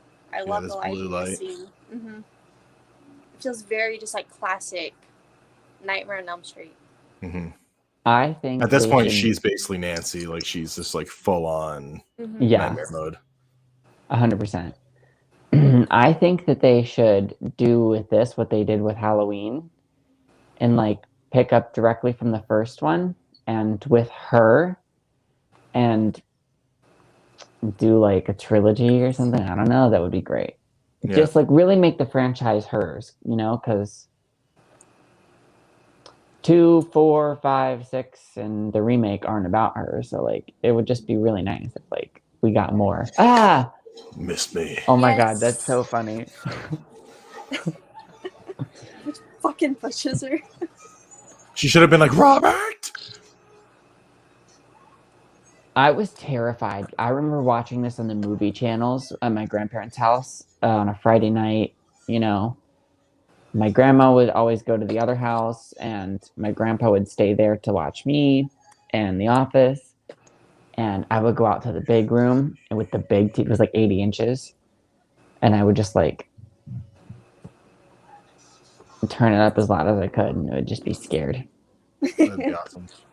Bacon Pew Pew says, got a question for you guys. If you could take any cast of or character from a Friday movie and throw them into a Halloween film, which cast would you do? So take a cast from one Friday movie and put them in a Halloween movie?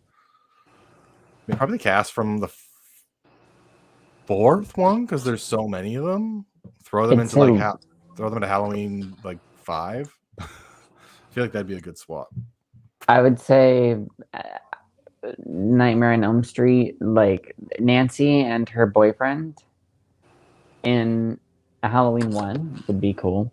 It'd be cool to see Nancy and Scream. Yeah. It would be cool to see Heather Langenkamp in Scream talking to Sidney Prescott. Yeah. Because in Scream 4, she was in the movie club place, and they're like, "This is beyond Jamie Lee Curtis. Forget Linda Blair, Sidney Prescott." Like, Yeah. so I should have mentioned Heather, although I guess Linda Blair and the other one's a pretty big name. Jim Lee Curtis. The other one. I blanked on it for a second.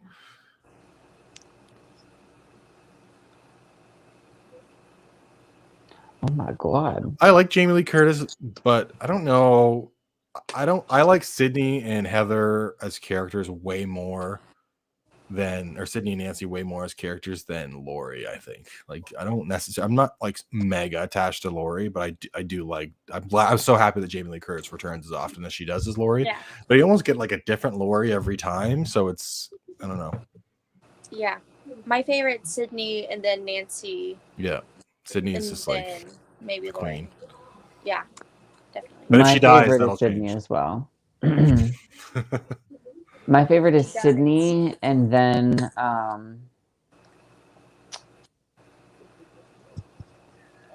it's hard to say because like I grew up watching Alien and loving like Ellen Ripley, but like people don't consider her like a final girl because it's not a slasher film.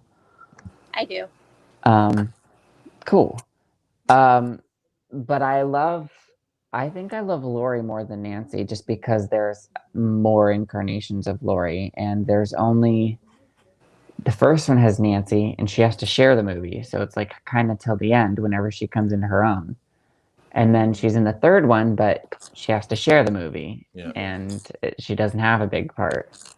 And then when it's this one, she's not Nancy. She's Heather Langenkamp. So like Nancy's only been in the franchise twice. Yeah. And I just feel like. But by this point, she basically is Nancy, whether or not she's realized it at this point. But because even her personality from the beginning has changed. She's like, oh yeah, not feels like like the first movie. She was still obviously like very like straightforward at the beginning of the movie, but now I feel like she's more like snappier, you know? Yeah, she has more of like that spunk that she has. She has that Nancy spark in her. I love this coming up with the pass. I fucking love that. I'm so happy. I actually like this too. This dream. I like this dream too. Yeah, but the pass. Yeah, screw your pass. I fucking love it. I like that Wes Craven's daughter is one of the nurses too. Really? I didn't know that. Yeah, I'll point her out when it shows her. Awesome. Get off of that, Thorn. I really love Halloween 2018, and I predicted this like a long time ago whenever they said that Halloween 2000 or whenever they said that Halloween Kills would pick up directly from Halloween 2018. Mm-hmm. They hadn't even filmed it yet or listed a cast announcement yet. I remember just being like, it's going to be my favorite because I thought that 2018 was so good and everyone was like, nah, it was lackluster. It was lackluster. I liked it. I thought it was great. And now that it's the first chapter, like it just sets up everything so perfectly. And I've been calling Halloween Kills to be my favorite for the longest time. So I just think it's like, I don't know. Sydney and Laurie are my two. And she'd be, I'd give her 3. I'd give her 3rd spot. Ew.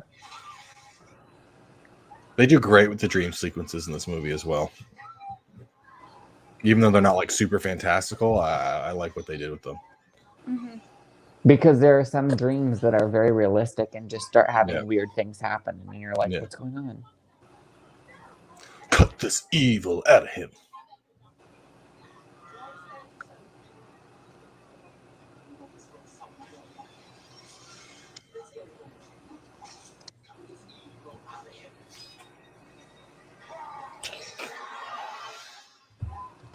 And then she's got the gray streak back.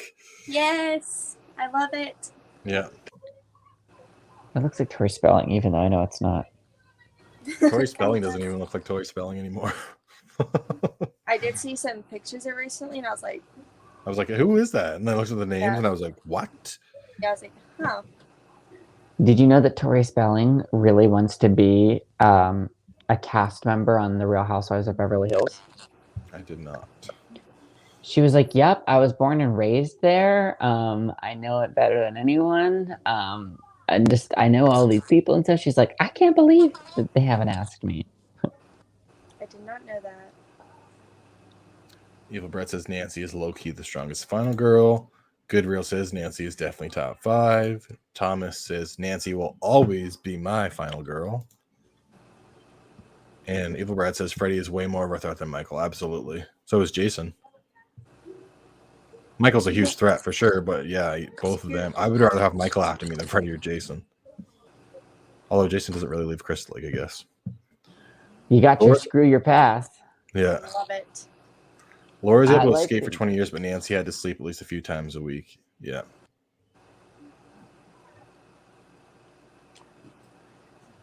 Oh, she has a great scene coming up as well. I like that a lot of these horror movies have hospital scenes, like Halloween 2 and Halloween Kills and this movie and all the Scream movies have a hospital scene at some point or something. So is maybe not the first one. Final Chapter has a hospital scene at the beginning, I believe. Yeah, because they're at the morgue and there's the the morgue. Yeah, I like hospital scenes. Yeah, because hospitals are just creepy. Like, my sister one time, she had her tonsils removed, and then she had accidentally cut open, the wound, and so we had to go to the ER because she was, she passed out. She was, throwing up blood and stuff. Yeah. And so I stayed the night at the hospital one night with her. Oh, my God, it was creepy. All I could think of was Rob Zombie's Halloween 2.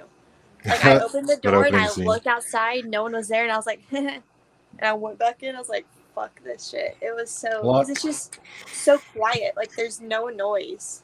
And everyone's injured, so you're afraid to make a noise. I'm terrified because everyone's so silent. And I just laid in bed, watched movies. I was just and the beds were so fucking uncomfortable too. It was awful. Yellow Bread says, I remember when Jamie Lee Curtis dropped as coming back and basically the horror community went into overload.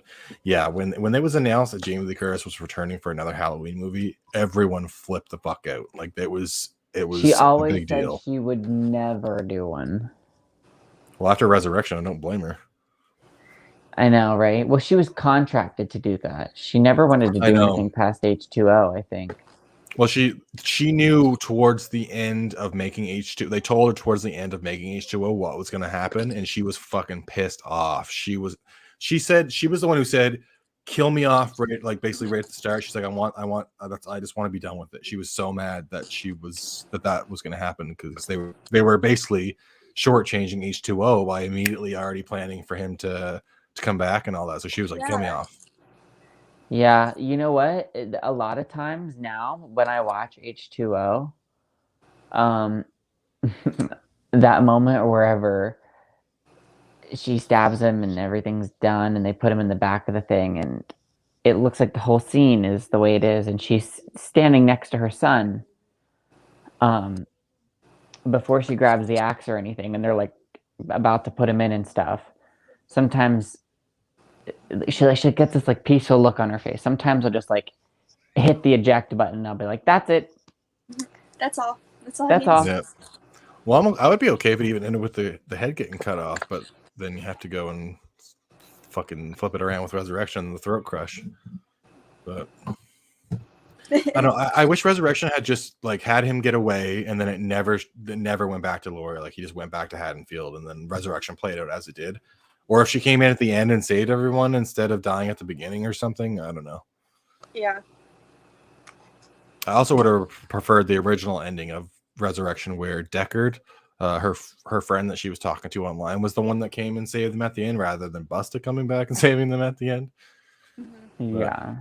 We got what we got. That was a mess. I also love how fucking great the Nancy is. She is... Yeah. Mm-hmm. The nanny. Hey. Yeah. The nanny's a great character. I think. Yeah, when she comes in and they're trying to sedate him and it's do you mind? And she was like, yeah, actually I do.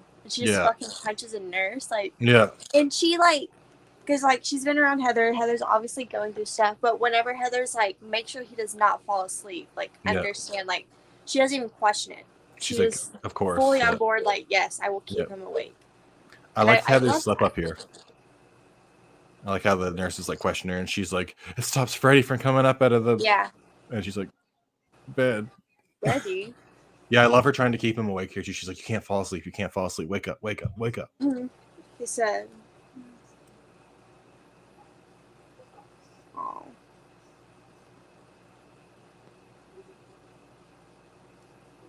Actually, I think just even on this watch of New Nightmare, usually I have part 3 and this one kind of like very evenly matched, but I think it's easily swaying me for this one to be far and away my favorite above 3.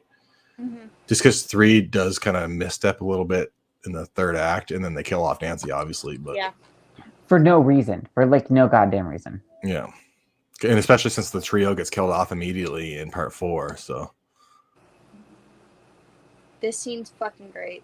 this is a great. I actually think I prefer this to maybe even Tina's death in the first. Like, it's just because she can't see him and Dylan can, Yeah, and it's just like, and I love it because it takes something we've already Doesn't seen, she start to see them at the but end though? it's building. I think she sees him apart. as he kills her, maybe, or as she's Maybe. being killed.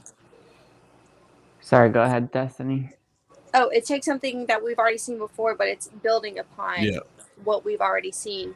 And I think that because, holy shit, do you hear that thunder?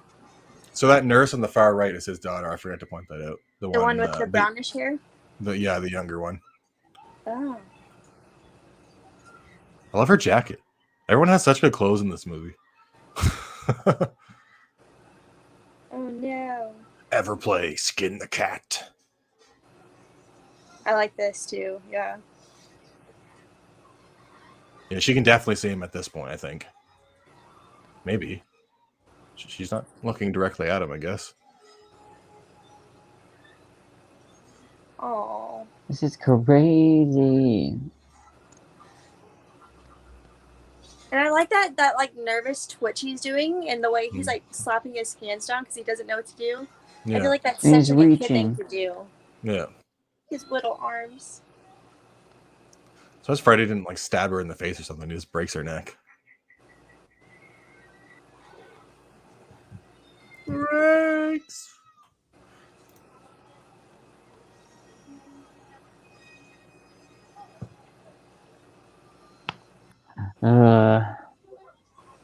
Like read Evil Bread.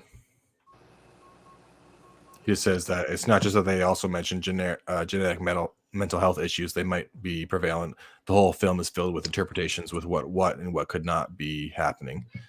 Yeah, I think at this point, especially like earlier on, she's not necessarily convinced that things are real and happening, but at this point, she knows Freddy is fucking here and she needs to save her son, whether or not she understands why it's happening.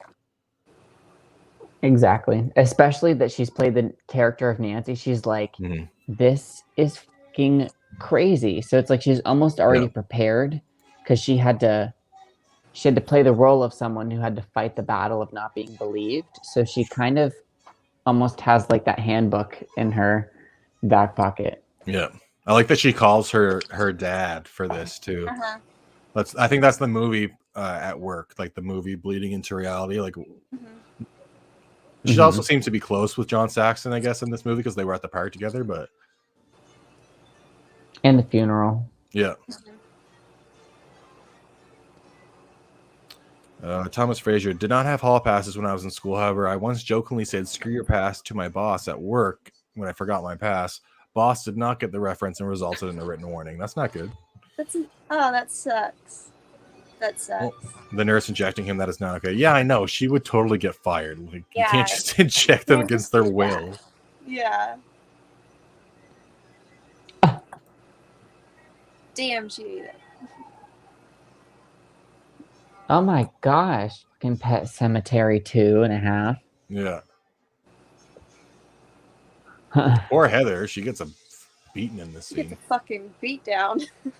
I think, remember earlier where I was wondering if, like, I was asking about, like, Dream Child rules, if he's getting to Heather through Dylan's dream here, not here, but like maybe earlier. And I think where he is operating through seemingly like Freddy Krueger's rules, I think that is what's going on, because he was able to get Julie, the babysitter, through Dylan falling, like the micronamps Dylan was experiencing. Yeah. Yep. I love this too. This is It's fucking so awesome. good. I cannot even believe, like, Wes Craven should be so proud of himself. Yeah, this was a great finale for the main Nightmare franchise. Or not the main, but I guess our finale is Freddy versus Jason, technically, for the whole thing. But I would watch that before this one.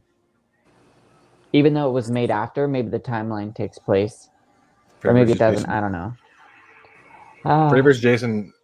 Jason would be between I want to say Freddy's.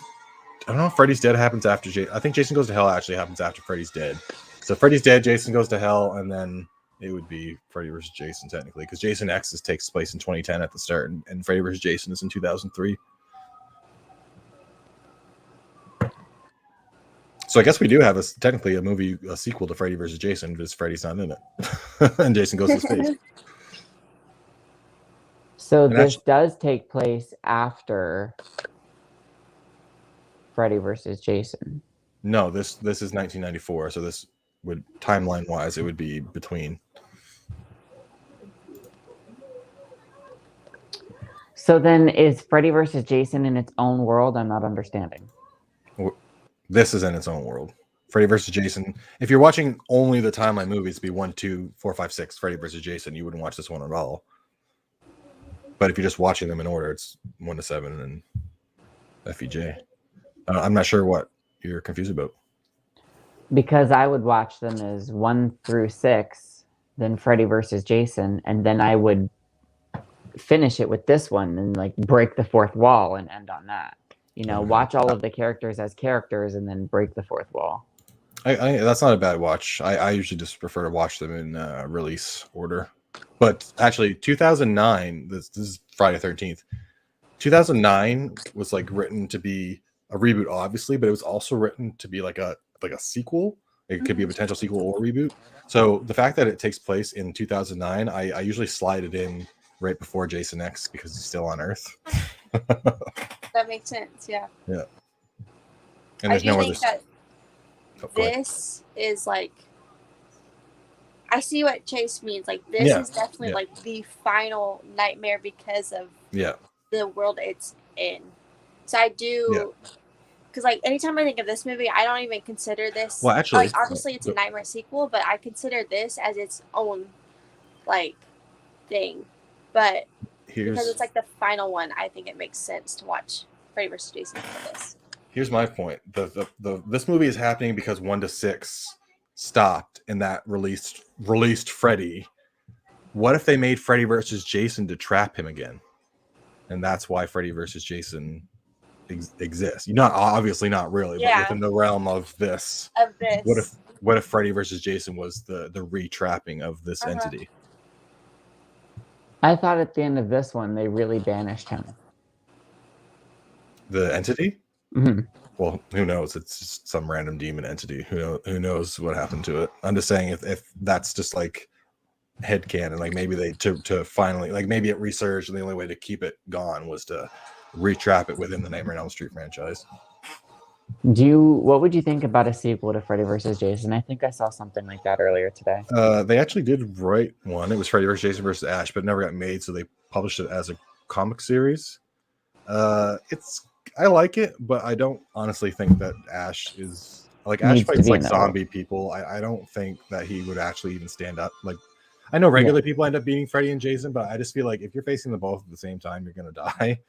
Yeah. And like Laurie, she comes back at the beginning of this. This is kind of a spoiler, I guess, because you haven't read it, but literally within the first 5 pages, she dies. Her and Will both die immediately in the sequel. And then there's a sequel to that called Freddy vs. Jason vs. Ash, the Nightmare Warriors, where Freddy gets a hold of the Necronomicon and does all this crazy shit and makes his powers like super Oh under my control. god. Yeah. What the fuck? And all the survivors come back from every movie in that one. This sounds like someone who is spinning out. You ever hear someone just spin out? The house. I hate that they didn't have enough budget to make the inside look like the house. That's why it doesn't. They didn't have enough money to change the inside, but they figured it was a fine since it was like merging reality and film. Well, also people can redecorate, so it's been years since, you know. No, yeah, for sure. Also, this is the inside of her home now. It looks like the inside of her LA home. No, I know, but they wanted to build a set that looked like the inside of the actual Nightmare house, but they didn't have money to do it, so they just used the home set. Gotcha. I'm fine with either, honestly. I'm okay with her going in and it being her own house because she quickly leaves it anyway. Josh, I'm gonna have to like FaceTime you or send you videos or something of that house is literally like 7 I know, I'm so streets jealous away. that the house is so close to you. I'd be there like every day, just walking by it. I And the like to Halloween go. house. Yeah, I always like to go in October whenever it's like real autumny, and that's when I like to capture it. Totally, but what point does the film universe interject with the real world? Do you mean like what point do they start merging? I think it starts merging from the beginning, but it kind of like pops in and out. I think it takes a head when his glove comes up out of her bed and Chase is downstairs Dylan is downstairs and all that is happening. And when the tongue comes out of the phone, it's like full on. It's bleeding into the real world for sure at that point. Yeah, she's fucked with that.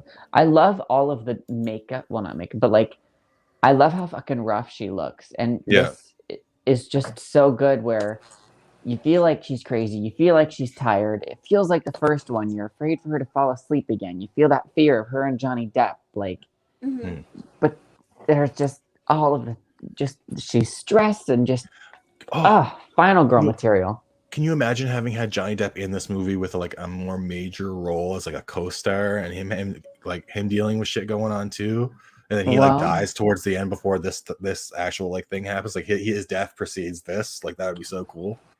Let's get him back for a direct sequel. Get him back for Dylan's New Nightmare. Oh my god. Oh, you guys ever like sleep on your neck weird, and then you're like fucked for like years? Yeah. Like I swear to God, like 2 months ago, I'm over this. It's literally the worst. I'm not sure what you're saying here, Brett. You can't do anything about it either. You just have to let the pain be there.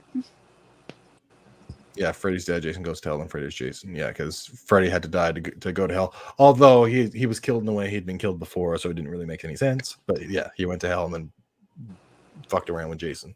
She's taken too many goddamn sleeping pills. She's just like an overdose. It's not a breadcrumb trail like Hansel and Gretel. Evil Brad. We know New Nightmare isn't part of the Freddy versus Jason original timeline.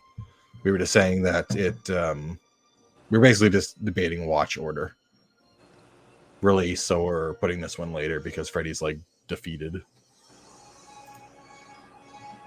Hey, Miss Carter, how's it going? Good to have you in the chat. I loved that. Just that looks sliding like so into much it. fun. Just sliding. I don't know how you ever could have included New Nightmare in a Freddy versus Jason story because it's clearly not set in the timeline of the first 6 movies, unless you set Freddy versus Jason in real life, and I don't think at that point it would have worked. No, I was saying put Freddy versus Jason before this one. No, I know what you were saying. Okay. No, but there was that comment, yeah. Evil Brad was saying that apparently in the scripts, they had some of the scripts for Freddy vs. Jason, they had tried to work in New Nightmare as part of it.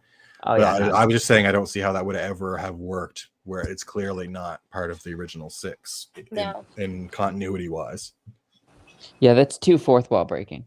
Yeah, continuity wise, 6 happened, and then there was then everyone forgot about Freddy for a while, and then he brought Jason back to remember them for Freddy versus Jason. Canon wise, if you're just watching canon, then yeah, you could watch all the canon movies and then watch this after. But I usually just watch release order because I am a stickler. Well, you say things like a boat. That's right. Canada, bitch. Biotch. I always thought you should watch the first film and then New Nightmare. The audience should forget the rest, as it was 10 years after the original. I mean, if you're doing like a Halloween 2018 thing, yeah, you'd watch the first one, then New Nightmare. But I usually just watch release order. Although this year I probably will just watch Halloween 2018, and Halloween Kills. I don't know if I'll go through the whole shebang because I did. Well, why would you? That's not the story they're telling. Well, no, just because I enjoy the Halloween movies. But oh yeah, but like I've been watching them every October for a long time now. Yeah, I probably will. So I kind of want to watch. I usually try to do like a scary movie a day. Yeah, and I want to try to I want to see some new things. Like I just rewatched Freaky for the second time. So good. I love Freaky. Like I've only seen it once in the drive-in. So good. My favorite line, and I don't know, I suppose I've said fuck on YouTube. So my favorite line is when this guy is like hitting on her later on the movie, and she's like, "You make this pussy drier than sandpaper." I fucking roared. Oh my god. And he's so offended by and then she kills him later. I can't wait to kill you. I love it. Yes. I love how they're playing each other, and I love how Vince Vaughn. We need a Freaky too. Oh my god.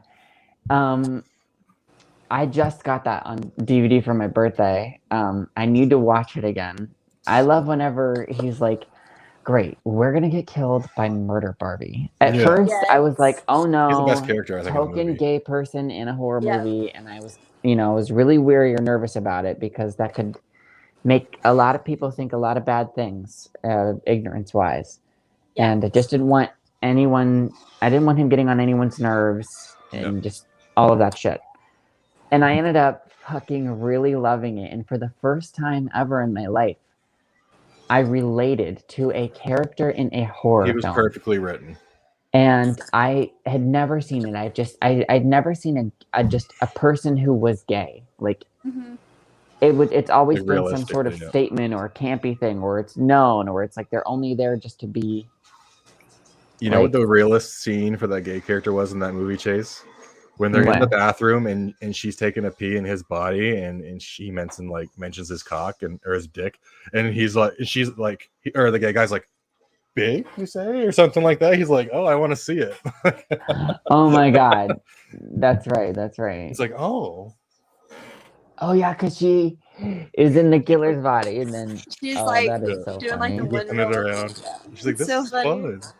I love the line, which it's of course like a trailer line, but I think it's great when they technically, because they identify as they them. Yeah. So yeah. When they are in the movie, it's like, you're black, I'm gay, we're fucked. I love that. So it's just like, and I'm glad he's a great character. I obviously like Christopher Landon. Like I trust him with that, since he himself is a gay man. Mm-hmm. I'm glad. I think so. Or if not, I couldn't imagine him like letting it like be like, just there. And him, like, his only character is that he's gay. You know what I mean?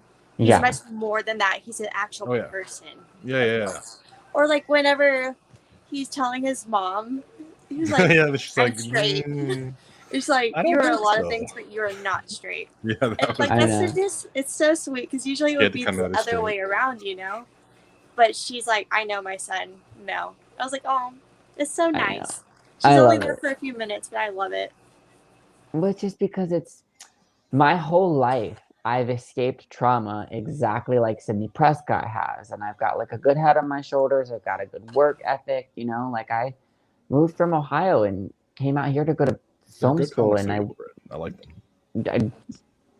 I quite literally went after all of my dreams and stuff, and so I just sidebar. I love this whole oven factor. Unsidebar.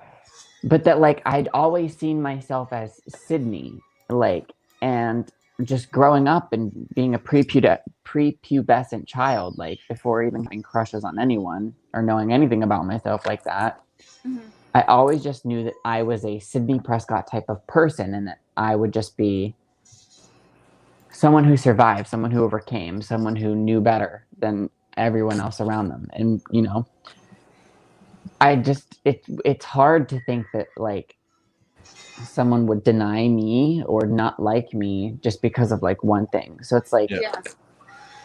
like Oh, if the ever stairs. I'm a Sorry to character, interrupt you. It's just the stairs from the No. original movie. yeah, keep with going. the blood. Yeah. So that like, you know, like if ever I'm a character in a movie, I want it to be like that, where it's like, I'm still just myself. And then whenever they would talk about my significant other, like they would with anybody, it just happens to be whatever and whomever I'm with. Mm-hmm. Oh my god, I love that jaw extending. Evil Brett says Jason is a deadite in the comics, and Freddy's daughter is in an incestuous relationship with him. Yeah, Amanda Kruger is evil when she returns for Nightmare Warriors, which is kind of crazy. She skins one of the survivors from one of the other movies. I was like, whoa! What the hell? Yeah, one of the F-13 survivors she kills. I don't know if she kills them or if she just skins them and they're like almost dead for a while. I forget exactly what happens, but it's pretty crazy. That's And not Nancy good. actually returns as like a spirit in it, and it's pretty crazy. I agree with Brad. When cars were wrecking, Dylan and Heather were on the highway. Yeah, I know what you mean there. Ew, this tongue thing. You know what's funny is I'm so invested. She was in really this uncomfortable film. with this scene. Mm-hmm. Ew. Well, yeah, I would be too. I love when Dylan comes in with a knife, though. Kid.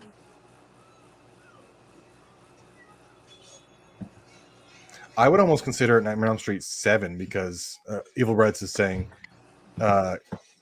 Evil Bread considers Freddy vs. Jason basically Nightmare on Elm Street 8 featuring Jason, but I would consider it Nightmare on Elm Street 7 because, well, not actually Nightmare on Elm Street 7, but like the seventh story because there's really no timeline for me where New Nightmare happens with the other movies just because it's clearly removed. Yeah. But if they, I kind of almost wish they had called it Nightmare on Elm Street 7 New Nightmare, actually. But I do like the Wes Craven's New Nightmare title a lot as well. A Freaky and Happy Death Day crossover, that would be interesting. Yes, I hope at some point. Oh, demon. What I want, I think, above like anything else in like the horror comedy, not necessarily comedy, but like that kind of realm, I want the Final Girls 2. That's what I want. Final Girls 2, give it to me right now. And they're in the sequel, like how they are at the end of it's the set up perfect. You could even if they were like if they were to do a part 2, you would even have to pick up with the cast from the first one. You could start the movie with them in camp whatever 8. They're like on the 8th one at this point. Like and have different people with her, or like have 1 or 2 of them return or something and have different like it wouldn't have to necessarily be the same set, like 5 or 6 people that were in the first one. But if they did get everyone back, it would be amazing. I'd be so excited That would to see be Final Girls 2. Yes. I think that's a great opportunity. The bloopers, whenever the bloopers, yes. When he's like, I always wanted to be a final girl. Like, it's like, what's his name? Fuck. I can't remember. He looks like the guy from Cabin in the Woods a little bit. Oh, he does. Yeah, the stepbrother. I was just talking about him the other day too. But yeah, in one of the bloopers, he was like, I always wanted to be the final girl whenever I grew up. And everyone starts laughing, and it's like, that's a great line. I love that. I love How would you guys have felt as a name for the Freddy vs. Jason movie? A Nightmare on Friday the 13th. I would have been fine with it. I don't hate it, actually. No, I don't hate it. I do think Freddy versus Jason, there's just something about that. I think I like that, but I actually don't mind A Nightmare on Friday the 13th. No, that's kind of cool. I like that. I wonder if Freddy vs. Jason was happening on a Friday the 13th. I'm curious to see how many Friday the 13ths there were in 2003. Good Real says, hell yes, for Final Girls 2. Yeah, I would honestly rather see Final Girl. This might be controversial what I'm about to say. I would probably rather see the Final Girls 2 than see the new Candyman or a sequel to that Candyman. Like I really loved Final Girls 2 as much as I want to see. Me Candyman, too. I've seen the Final Girls 3 times in the last like month. Like, It's That's such literally a me. nod That's and me. a love letter to slasher movies, to So horror good. movies. I love the Betty Davis eyes. I can't Oh my not God. cry. I think every Yeah. time I watch that movie, I cry Fucking harder So good. instead Yes. of building up a tolerance. It's heartbreaking. It's funny. It's got scary bits. The The kills are possessed great. Like guy. it's got everything. Like I was saying, Oh, with the end of the movie this. happens. She read the script and it's done. and it's just there it goes. Like with the Final Girls, I went in. All I knew was that people got sucked into a Friday 13th style movie. Yeah. I had no idea it had anything to do with like a parent thing. And like I was saying with this, it's hard for me to not relate to movies like that. Yeah. And so that movie, I love it, and it's like one of my new favorite movies. Like it's definitely 100%, surpassed so many. Yeah. But Oh yeah, that might be it's in my just top so- 10. Like it's so good. It's at least in my top 20, and I've seen it, like you said, 3 times in the past month because I just Yeah. watched this for the first time. That first time I watched it, Same. I was I was off. I blown watched away. it that afternoon. I laid in bed the rest of the day because I was so like depressed from the movie. Like I wasn't expecting it to like fuck me up the way it me did. too, Destiny. I was Oh my god. messed up. Did y'all see the pictures I posted on Twitter? I think I don't so. think I did. Okay, the second or the other night, whenever I was watching it, okay, I done my hair, like I touched up the red and like all this, and it was the day after, and I was watching the Final Girls. I was laying in my bed like this, watching it laying down, and I'm crying from the movie, bawling, and I get up and I go to the bathroom. I have red on my forehead. I was like, oh shit. I guess it was like bleeding from I was crying. I look at my arm. No. This whole part is red from my hair dye because I was crying so hard. My hair dye had like leaked onto my arm. That That's movie crazy. fucks me up. That It's- movie messes me up. It's really But powerful. it's so good. Yeah. I just ordered it. I'm waiting for my copy to come in. I'm so It's- excited to get it in. I think I would consider it an essential horror watch. Like it's if you're a horror fan, it's a movie you have to see. It's not. Mm-hmm. I wouldn't wanna accept list my anybody top saying 5 it was a horror bad movies movie. right To be now, honest, kinda. I would argue that to the end of the earth. Like it's a good movie. All Anyone the characters I are talk good. to now, I'm just like, have you seen the Final Girls? They're like, no. I'm like, you have to watch it. Immediately. Like Yeah. anyone I talk to now, I'm like, have you seen it? And like I had just watched it like last month, maybe for the first time. I'm like, you have to watch it. Like Same. When it came to Netflix, this was the gosh, first time I watch saw it. so good. I actually watched I'm it 3 times actually- within a week and a half because it's been a month now since I watched Yeah. it. But I watched it, it was like boom, boom, boom, boom, boom. It was so. Because you love this so much. I actually have it in my top 5, and I was thinking about my top 5. I don't know if I've ever like really done that, but I saw you guys doing that the other day with like horror movies and such. I don't know about an order. I don't know about an order after. So my favorite in first place is Scream. Yeah. But like these next 4, I would have to think a long time before placing them, so I'm just gonna say them. So there'd be like The Final Girls, which you were just talking about. Yeah. And then Crimson Peak, and Okay. then Halloween, and then Strangers Prey at Night. So that was really fucking good. Yeah, that was a Love great it. movie. Beautiful. I would love a Strangers 3. I've never been surprised like that at a slasher movie. I don't know. Yes. Whenever you were like telling me when you're watching it and stuff, I was just like, I went into Yes. it knowing I was like, okay, well, I know of like the Strangers movies and Yeah. stuff. And like I went into it being like, okay, there's just people, they're gonna get killed in a trailer park. And I remember like when this was coming out and like I'm saying like a lot.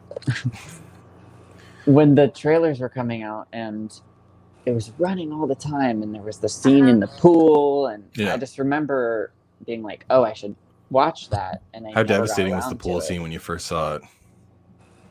Like, when the brother gets in the pool and he gets like kills. I was like, oh I thought no. he was gone. I was like, Yeah, no. I thought it was. Yeah, I was like, shit. I'm I so was glad sad, she but was I there. was more concerned about The sister. Miss Bailey Madison. I think one of the reasons Yeah. why too is because I love that actress, and I first of all went into it not knowing how fucking great it was going to be, and then second of all I didn't know that she was the final girl. So as Yeah. soon as that opening frame happened, and I was like, I'm in love with her. Like, she could do anything and I would watch it. And I think that's because she was in Bridge of Terabithia when I was younger, and her brother was kind of mean to her, and it always made me cry because I was always mean to my younger sister, and I've got trauma there that I haven't dealt with. But she was also in Don't Be Afraid of the Dark with those little teeth-eating things, and I cried watching that movie. yeah. Oh, I read the book, and I was just like, I really like that movie. And then she was in like Wizards of Waverly Place a little bit. Yep, I remember watching those weekly. I would wait for them to come out. I loved Wizards of Waverly Place. I was young enough that I was still like in middle school, high school whenever it was going on. You're too old for a lot of things. I know. I was. I got all the wisdom. All the wisdom. All the wisdom. I really thought Josh was like 2 years older than us. I know lots of people who are lots of years older than me, but they didn't use those years to gain wisdom. So just because you're older doesn't mean you have it. Yeah. But I'll give you credit because you're Josh. Well, duh. Josh is a cool cat. Brett says he would trade all the Candymans for Final Girls 2 in your next 2. I'm not necessarily as attached to your next 2, but definitely for Final Girls 2. You're going to break his heart by saying that. Do you even know who I liked Your Next, but I only saw it once, and that didn't really blow me away. I liked it. Oh. I watched that when it was first on Netflix, like when it first came out, pretty much. I had heard nothing about it. My aunts went to go get a tattoo, which upset me because I was staying the night at their house. My aunt just got married into the family. She just got her younger sister. I thought we were gonna have like a fun night together. Well, they decided to leave and go get tattoos. So I'm upset. I'm like, why am I even here when they're not here? You know. But we put on Your Next. I had no idea what this was going into it, and I remember being like blown away. Slowly leaves chat. Oh my gosh. Oh, Brett. I haven't seen Your Next. I tried to watch it once, and there was a really vulgar sex scene going on, and I was like, I'm not in the mood for this right now. Oh, right at the beginning. But, I mean, it doesn't last long. He doesn't last long. Juicy, dude. Oh, from Friday the 13th. It's nothing like that. No. No. But Your Next is great. I just don't know if I would want to see a second one because I don't know where you go from there. You know? I won't. Well, wait, Chase, do you know what happens? I know that the redheaded girl, I don't know what happens, but I know her name is Erin. I know she has red hair. And everybody talks, and everybody shares that picture where she's like holding an axe and covered in blood. Like the window? So I can only assume that she kills everybody. Like I can only assume like the people who attacked their house killed her family and then she killed the killers. I honestly don't even remember it. It's been a while. I have to actually, if I rewatch the movie, it might even feel like a first watch. I don't really remember it. What would you think about it? Then there is what you said. It's pretty much what happens. There's more to it, and Erin is definitely one of the best modern final girls because she kicks a lot of fucking ass. Like she's not weak. She actually puts up good fights, and that's what I love about it because she's just a badass. And some people complain about that, but I think it's great to see a final girl that's just full on actually kicking people's ass. I definitely recommend you watch it. What I'm interested in is I really loved Ready or Not, and I know that the way that ended, I don't know how exactly a sequel could happen, but maybe a prequel, because at the beginning they showed 5 or 10 minutes of the opening scene, and then they draw back to that at the ending where they're the aunt, she's old as fuck, and she was I remember my wedding when I was 20 years old. And Aunt Helene. so if they did a prequel about that whole movie and really fucking blew us out of the water and subverted all expectations, I think that would be pretty cool. Yeah. That would be cool. Brett quickly comes back to chat. Chase, you got to watch it. Definitely recommend a watch. And a rewatch for you, Josh. Yeah, like I said, I'm sorry, Brett. It just didn't leave much of an impression with me, so I definitely got to rewatch it. It might be, maybe I didn't even finish it. Maybe that's why I don't remember it. I don't know. Well, there's something in the movie that I don't even want to say because I feel don't say it because I honestly don't remember something. But there's something in the movie that's just Yeah, if there's a twist, I don't remember it at all. So I'm definitely gonna rewatch it. Someone's probably cheating or fucking or lying or cussing or drinking or killing. That's usually what people do. Brett says he can talk You're Next for hours. My number 4 horror film of all time. Interesting.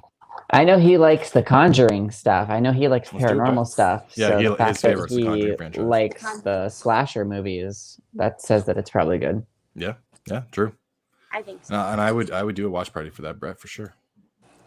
So since we're the movie's over and we kind of skipped over it, what did you guys think of New Nightmare? It's amazing. I love it a lot. Yeah, it just reinforced for me how good the movie, even though I was like missing little things here and there, it just reinforced for me how good that movie is. Like it's especially the second half of that movie, like once things are picked up, it's just like it's like boom, boom, boom, boom, boom, like great scene after great scene after great scene. Just I don't have a whole lot of complaints for the second half of that movie. Neither. It just feels good. Yeah. It's just brilliant. Like I think everything about it is just much bigger than the other Nightmare movies, just because of the whole like the world is just and it's like exactly like you start the movie not knowing that everything that is gonna like everything that's about to happen is already like in the works of happening, you know? And already like, happening. It's something. It was a scene from earlier that I never really noticed, but it's when the slash marks are already on the wall, and when Freddy comes out, he actually slashes, and it's the exact like shape and way of like how it is on the wall. And I noticed, I was like, oh, that's pretty cool. Like when he slashes down, it looks exactly how it would look if he was slashing at the wall instead of Heather, because it like lines up like perfectly. So I think there's a lot of great detail that went into the movie for sure. Oh yeah, definitely. It was. I love that it's like the prototype for Scream almost. Yeah. You know what I mean? Definitely. It's pre-Scream. Yes. Watching the first one and then this one, and those two together. They're such a good it's my pair. favorite thing. Yeah. Because it just, for whatever reason, we care about following people. So not that we don't love sequels where there's other characters, but like just having to put that effort into someone and seeing them survive, and then even though it's not completely Nancy, it is. And it is, in a way. It still feels like her. The actress just does such a good job that whether she's playing herself or not, I just love watching, like what you called it, the Nancy Spark, like her energy, Heather Langenkamp just running around a scary set and having to deal with Freddy, and like especially that Wes Craven's directing it. Like I just really, I loved all of the aspects of it. There was not a boring moment, and I don't know, what a cool view of like horror movies and like inside. I've got to stop saying like every 5 seconds. I don't know who I'm just like, from. I mentioned it earlier, but I like how at the beginning we're getting Heather Langenkamp, like she's Heather Langenkamp, and I totally noticed that when you said it. Yeah, she's like business and this and that, and then my babysitter and blah blah blah, da, da, da. And then as things slowly start piling up and getting worse, and things start getting like a bit more like the wall between realities kind of starts to like merge. She really does become, especially when she's in the hospital with Dylan later, and she's like, screw your past and don't let him fall asleep. Like by that point, she is Nancy, whether she has realized it or not. And then she finally has to realize it in that scene with John. Like, she's like, I am Nancy. I like that she has a documentary called I Am Nancy as well. That's what it's called, right? No way. Isn't it? I Am Nancy. Isn't that what it's called? I thought that was for that one thing that happened with the ice skaters. Do you know what I'm talking about? No, she has one. I Am Nancy. I'll bring it up on the screen. I'm talking about. Oh wait, I think she plays in something about the ice skaters. Do you know what I'm talking about? Or maybe I think I know what you're talking about. Yeah, the sabotage ice, is it that one? Yeah. I can't remember her name. I'm gonna put it on the screen right. Tanya. That's what it is. I Am Nancy. I think she did 2 of them actually, maybe 1 or 2. From the producers of Never Sleep Again. Yeah. I don't know if I watched it. I can't remember. I want to though. If I haven't. Yeah, me too. I need to. But yeah, this one's definitely my favorite for a 3 out of reason. 10. I love the feel of it, and I really appreciate the story structure of it all, and the leading up to Scream and Scream 3. Seeing Wes Craven in a film like that, really that's fun awesome. for me. It's great getting to see him in one of the Nightmares. I think he's so cute. I want to give him a hug. I like that he immortalized himself within one of his own nightmare stories. Me too. Brilliant.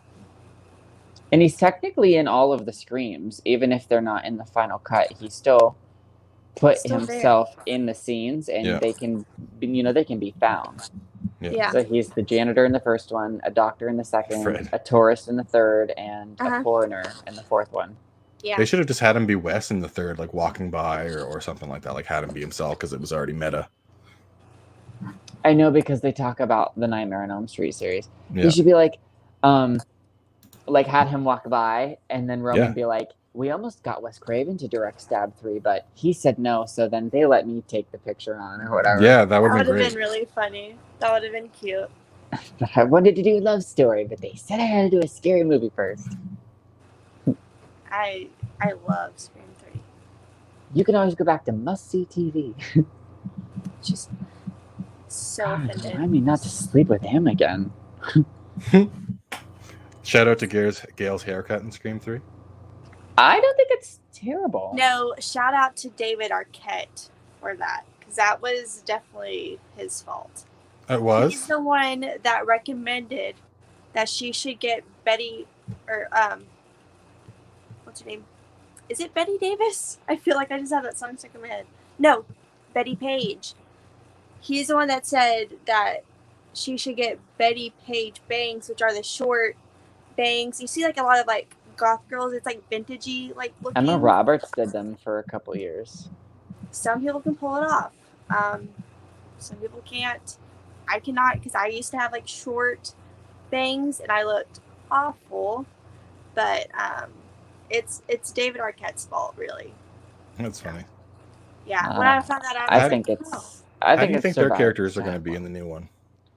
I think they're either going to be, because I just watched 4 the other day, and they looked so good. I think they're either going to be stronger than they ever were, or they're going to be mimicking real life, where they're divorced and have no interest in each other. I don't think they're going to do the same thing again, where they're together, and then they've broken up in between sequels, and then they're mad at each other, and then everything gets scary, and then they are able to forgive and come back together again. Yeah. They've done that so many times. So I think they're either going to be stronger than they've ever been, or mimicked in real life, nothing to do with each other. I could see it mimicking real life, having them just have been divorced for years. Mm-hmm. What do you think they're going to do with Judy? It's interesting that Judy is returning as well. I love the fact that they brought Judy, because I do it too. confirmed to me that Scream 4 was going to be canon, and that was... Yes, and that gives me a sliver of hope that we'll see Kirby at some point. I know, right? Even just the smallest reference. Just something, please. Just something. Because Kevin Williamson knows the fan base loves Kirby and wanted her back, and he said that she was in like the original plan for Scream 5 or something like that before, when there was a different plan for it.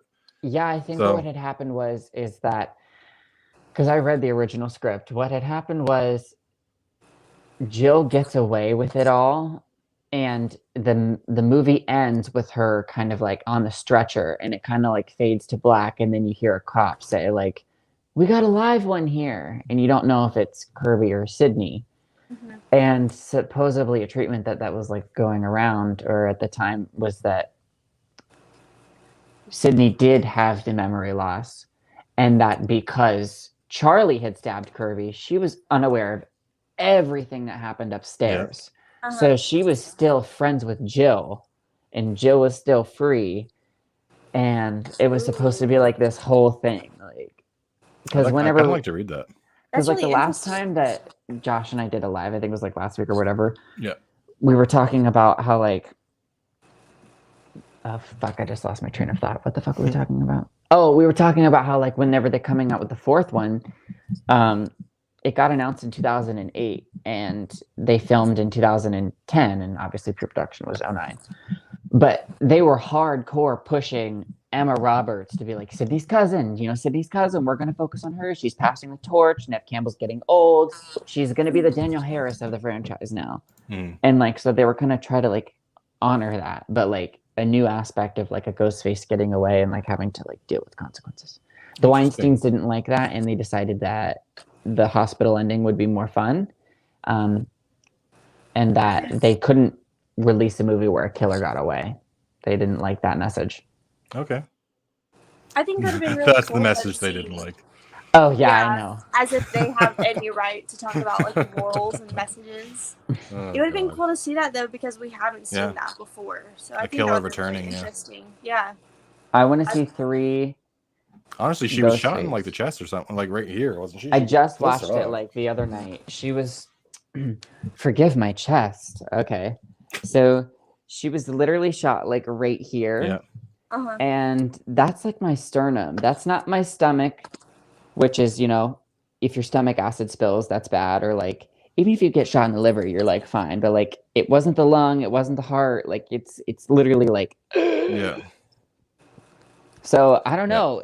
Who knows? They could have just I have this deflated- idea that at the end of that, or not even at the end of it, like at the same time that Scream 4's ending is happening, whenever Gail is like, we need a doctor in here. Well, they get one, and Sydney's like, you fix this bitch up, and you put her in the ICU, and you keep her alive, and you hold her accountable, because every other motherfucking Ghostface that's been after me in life, I've had to put them down for my life, for literally survival before anything can be done about it. And bitch, you're going to be held to fucking justice. And I I wanted Sydney to have that. No, for sure. I actually think a cool thing would be like, don't. Did you have watch her my? I watched both your trailers. I really liked your ideas for her being in prison, and like I like that. I think a cool idea for Scream, if they did it like they did bring Jill back, have it seem like she's not in the movie, have it focus on like another killer for like most of the movie, have that killer revealed, and then have it find out there was a second killer the whole time and that it was Jill and she set the whole thing up. I think that would be a cool, and that she From survived, prison. and like I think that would be really cool. Me too. I want to know what they're going to do with the Stab franchise. Are they going to call the events of Scream 4 Stab 8, or are they going to retcon it and make it a direct sequel to Stab They're gonna 3? Halloween 2018, and I think and be like, reflect reality. Stab 10 years later, or like Stab the Reunion, or like It'll be like Stab Sydney Returns or something like that. Or the first one is Stab 2, Stab 3, and then like Stabbing or something. I think Or it'll like definitely Stabbed. be a direct sequel to Stab 3. That's what I think, because it'll mirror what's Because going on part today. 5 has time travel, and it's by far the worst. Yeah. That always makes me laugh. I'm just like, excuse me? What the fuck's going on in that movie? I actually know. So there Wait. was like a Scream website going on whenever they were releasing the 4th one, and they released The images, posters, the DVD things of all the Stab descriptions movies. for each one. Yeah. Stab 4 is it's playing off of Jason Lives. A strike of lightning hits Billy Loomis's grave, and he comes back to life trying to get Sydney, or like Sydney's daughter, or something like that. I think it's Sydney's daughter, because they're doing like the Halloween 4 thing. And then Stab 5 is time travel, where he's in like the scarecrow ghost face look. And it's because something happened where like a same strike of lightning that Billy got struck by, like that they were using to like get rid of him or something, sent him back in time. And so he's now trying to go after Sidney Prescott's ancestor, so that Sidney was never born. And then that, obviously doesn't happen, or maybe it does or whatnot. And then it's no good. So then they did Stab 6, which is what the opening of Scream 4 is. And then they did Stab 7, which is what the second opening of Scream 4 is. Yeah. Yeah, it'd be interesting to see, like, it would be cool if they had like little special features with like actual like Stab movie trailers or something like that. There was a website, and I have a Scream box set that's old. It's from like the 2000s that has like a Stab 2 movie trailer on it. Red Rusty asked if there's a release date for Scream 5. I don't think there's a specific release date, is there? Yeah, January this- 14th, January. 2020. Is it January 14th? Okay, there you go. 2020. And everyone is like, oh, they should do it in December because that's the 25th year anniversary. I have watched several documentaries and Scream was not popular, like at all. No. So for like the first 3 weeks. So if you come out December 20th, a week later, Yeah. that's December 27th. That's still Christmas time. They weren't popular. The second week, they were really, really scared that they were going to have to take it out of theaters. Oh, wow. And that's whenever they were getting into January. And the third week, it just boomed. So literally around January 10th, January 14th, it just took off by word of mouth. And, Yeah. and it just became the highest grossing thing ever and ever and ever and ever. And then in like February, they were like, we've got to do a second one. And then they rushed it. And then they had 2 out that same year. So I think that January 14th is a nod to the fact that that's when Yeah, I could see that. it blew up. All right, guys, I got to start winding this down because I got to go. But Oh, before yes. we do, what's coming up in your channels? Chase? Destiny, go ahead. I've Destiny, talked sure. enough. I'm shy. I'm not shy, but What's coming I've up on talked House of the enough. Living Dead? Well, let's see. Tomorrow, I'm going to be on Matt Fauci's channel with James Grimm. I'll be on there tomorrow. Oh, yes. Behind the mask. Yes. Sunday, on House of the Living Dead, we'll be watching Hatchet. And then I've never each seen those. Sunday, we're going to go through like the Hatchet movies. And then Destiny loves feel- Hatchet. That's I awesome. do. I love Hatchet. Daniel And the Harris Victor is Crowley Especially movie, the best, Victor I think, Crowley. right? Yeah. Yes, I love Victor Crowley the most. I've never seen those. I'll have to do them with you, maybe. Me either. Oh, I think y'all would enjoy them. They're very much also like a love letter to they're like more horror comedy, over the top, gore. Like they're great. What else? Back from the Dead will be coming out on the 1st, but Brett did that on his own, so thank you, Brett.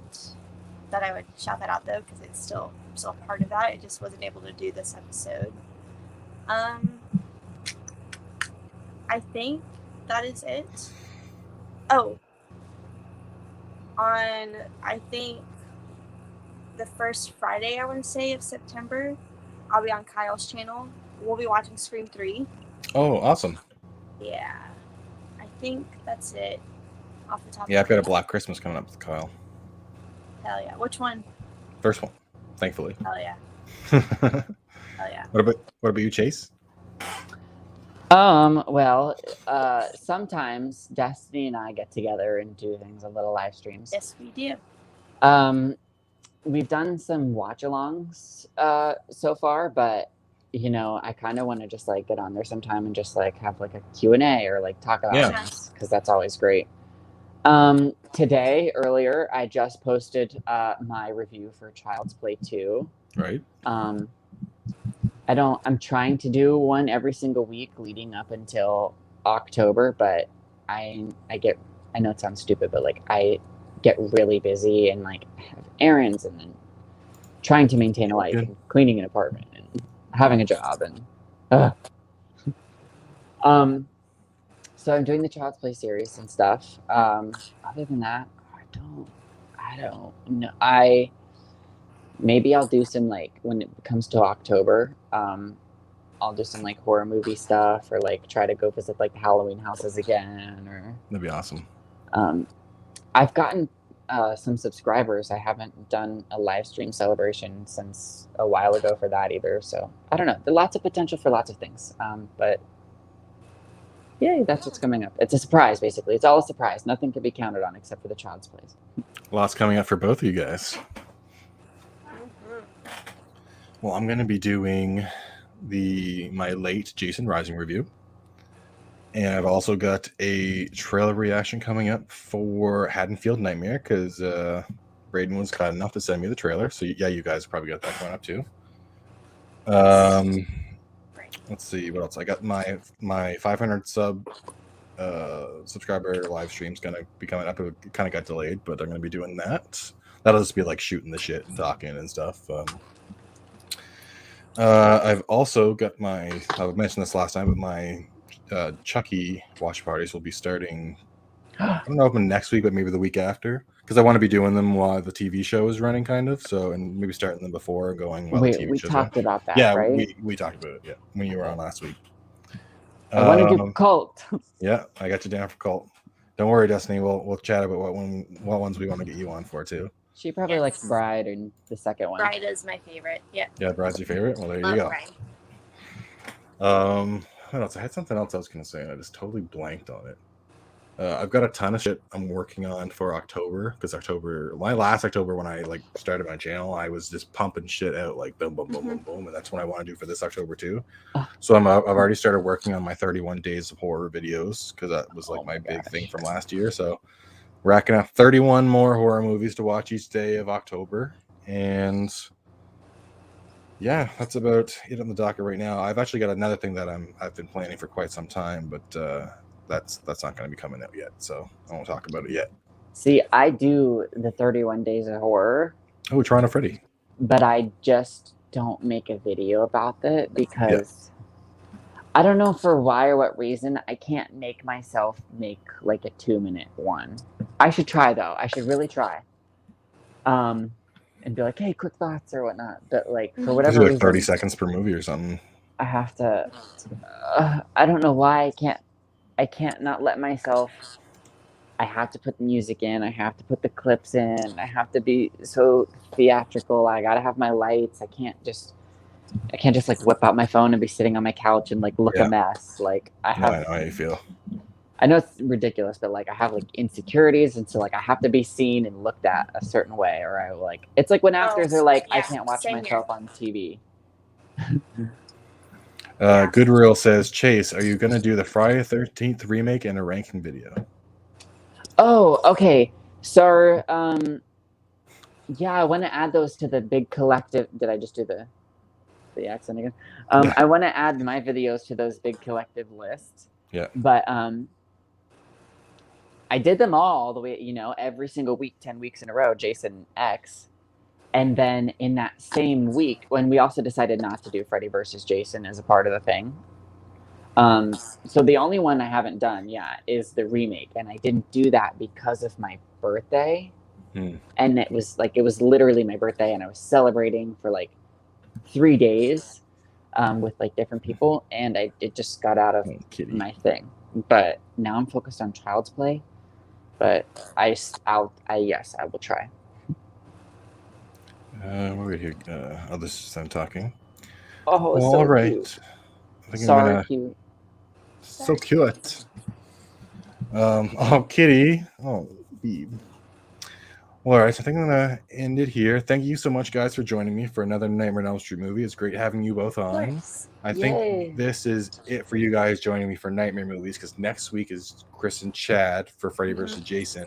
And then we've got the Good Real Boys on for the remake. So I'm going to have to suffer through that one with them. Although Brett's excited for it. I know that. And thank you so much, everyone in the comments, for joining us. It's amazing having you guys, as always. Like, without your comments and you guys supporting our channels, we couldn't do it. So, as always, like, thank you so much. We love you guys. Chase, were you going to say something? Oh no! I'm just that.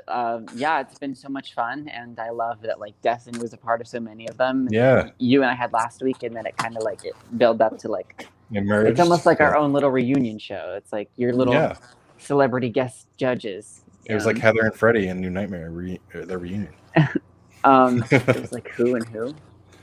New name. Oh, yep. Heather and Freddie. When you said Heather, during the talk show. Who the fuck is Heather? Heather Langenkamp. I'm such an idiot. I was so focused on her being Nancy. You'll have to forgive me. Oh, of course. But yes, it was so much fun. And I'll be excited to see whenever you do your next installments, and we'll have to do something soon too. Oh yeah. Even with Destiny. Not even. I mean, like we should include Destiny. Oh yeah, no. Especially with Destiny. Yeah, especially. Well, yeah, I've pretty much had anytime I've had Destiny on, except for I suppose Nightmare 4 and 5, or Nightmare 4 and 5 ended up just being us because Robbie couldn't make it. But I wanna have Destiny on for. I know you've probably already done one, but I want to do like a Jennifer's Body or a Till Death, like one of those two. I would like to do, because I know you're so down for like, either. yeah, or both. Like those are like such, things. Yeah, they're so good. I'll do a... And then Chase, I'm definitely having Chase on when I do the Scream movies in like December. So Really? If you're smart, you'll have me on for all of them, but you can have me on for whatever you want. yeah, well, it's obviously not till December, so I'm not going to plan until then. But I know you're going to definitely want to be on for probably like 4. So Yeah. you're already booked in for 4. So Okay, cool. anyway, I don't know. I wish the TV series was shorter because I wouldn't mind like speeding through like maybe 2 episodes a stream or something like that. But I feel like that would be a lot. I wanted to do that with Destiny with season 3. Like That would be fun because it's only like 6 episodes, right? Mm-hmm. That could be fun to do as well. Fill in the gap between 4 and 5 coming out. All right, guys. Again, thank you so much. We got to cut it off, or we'll just keep hanging out.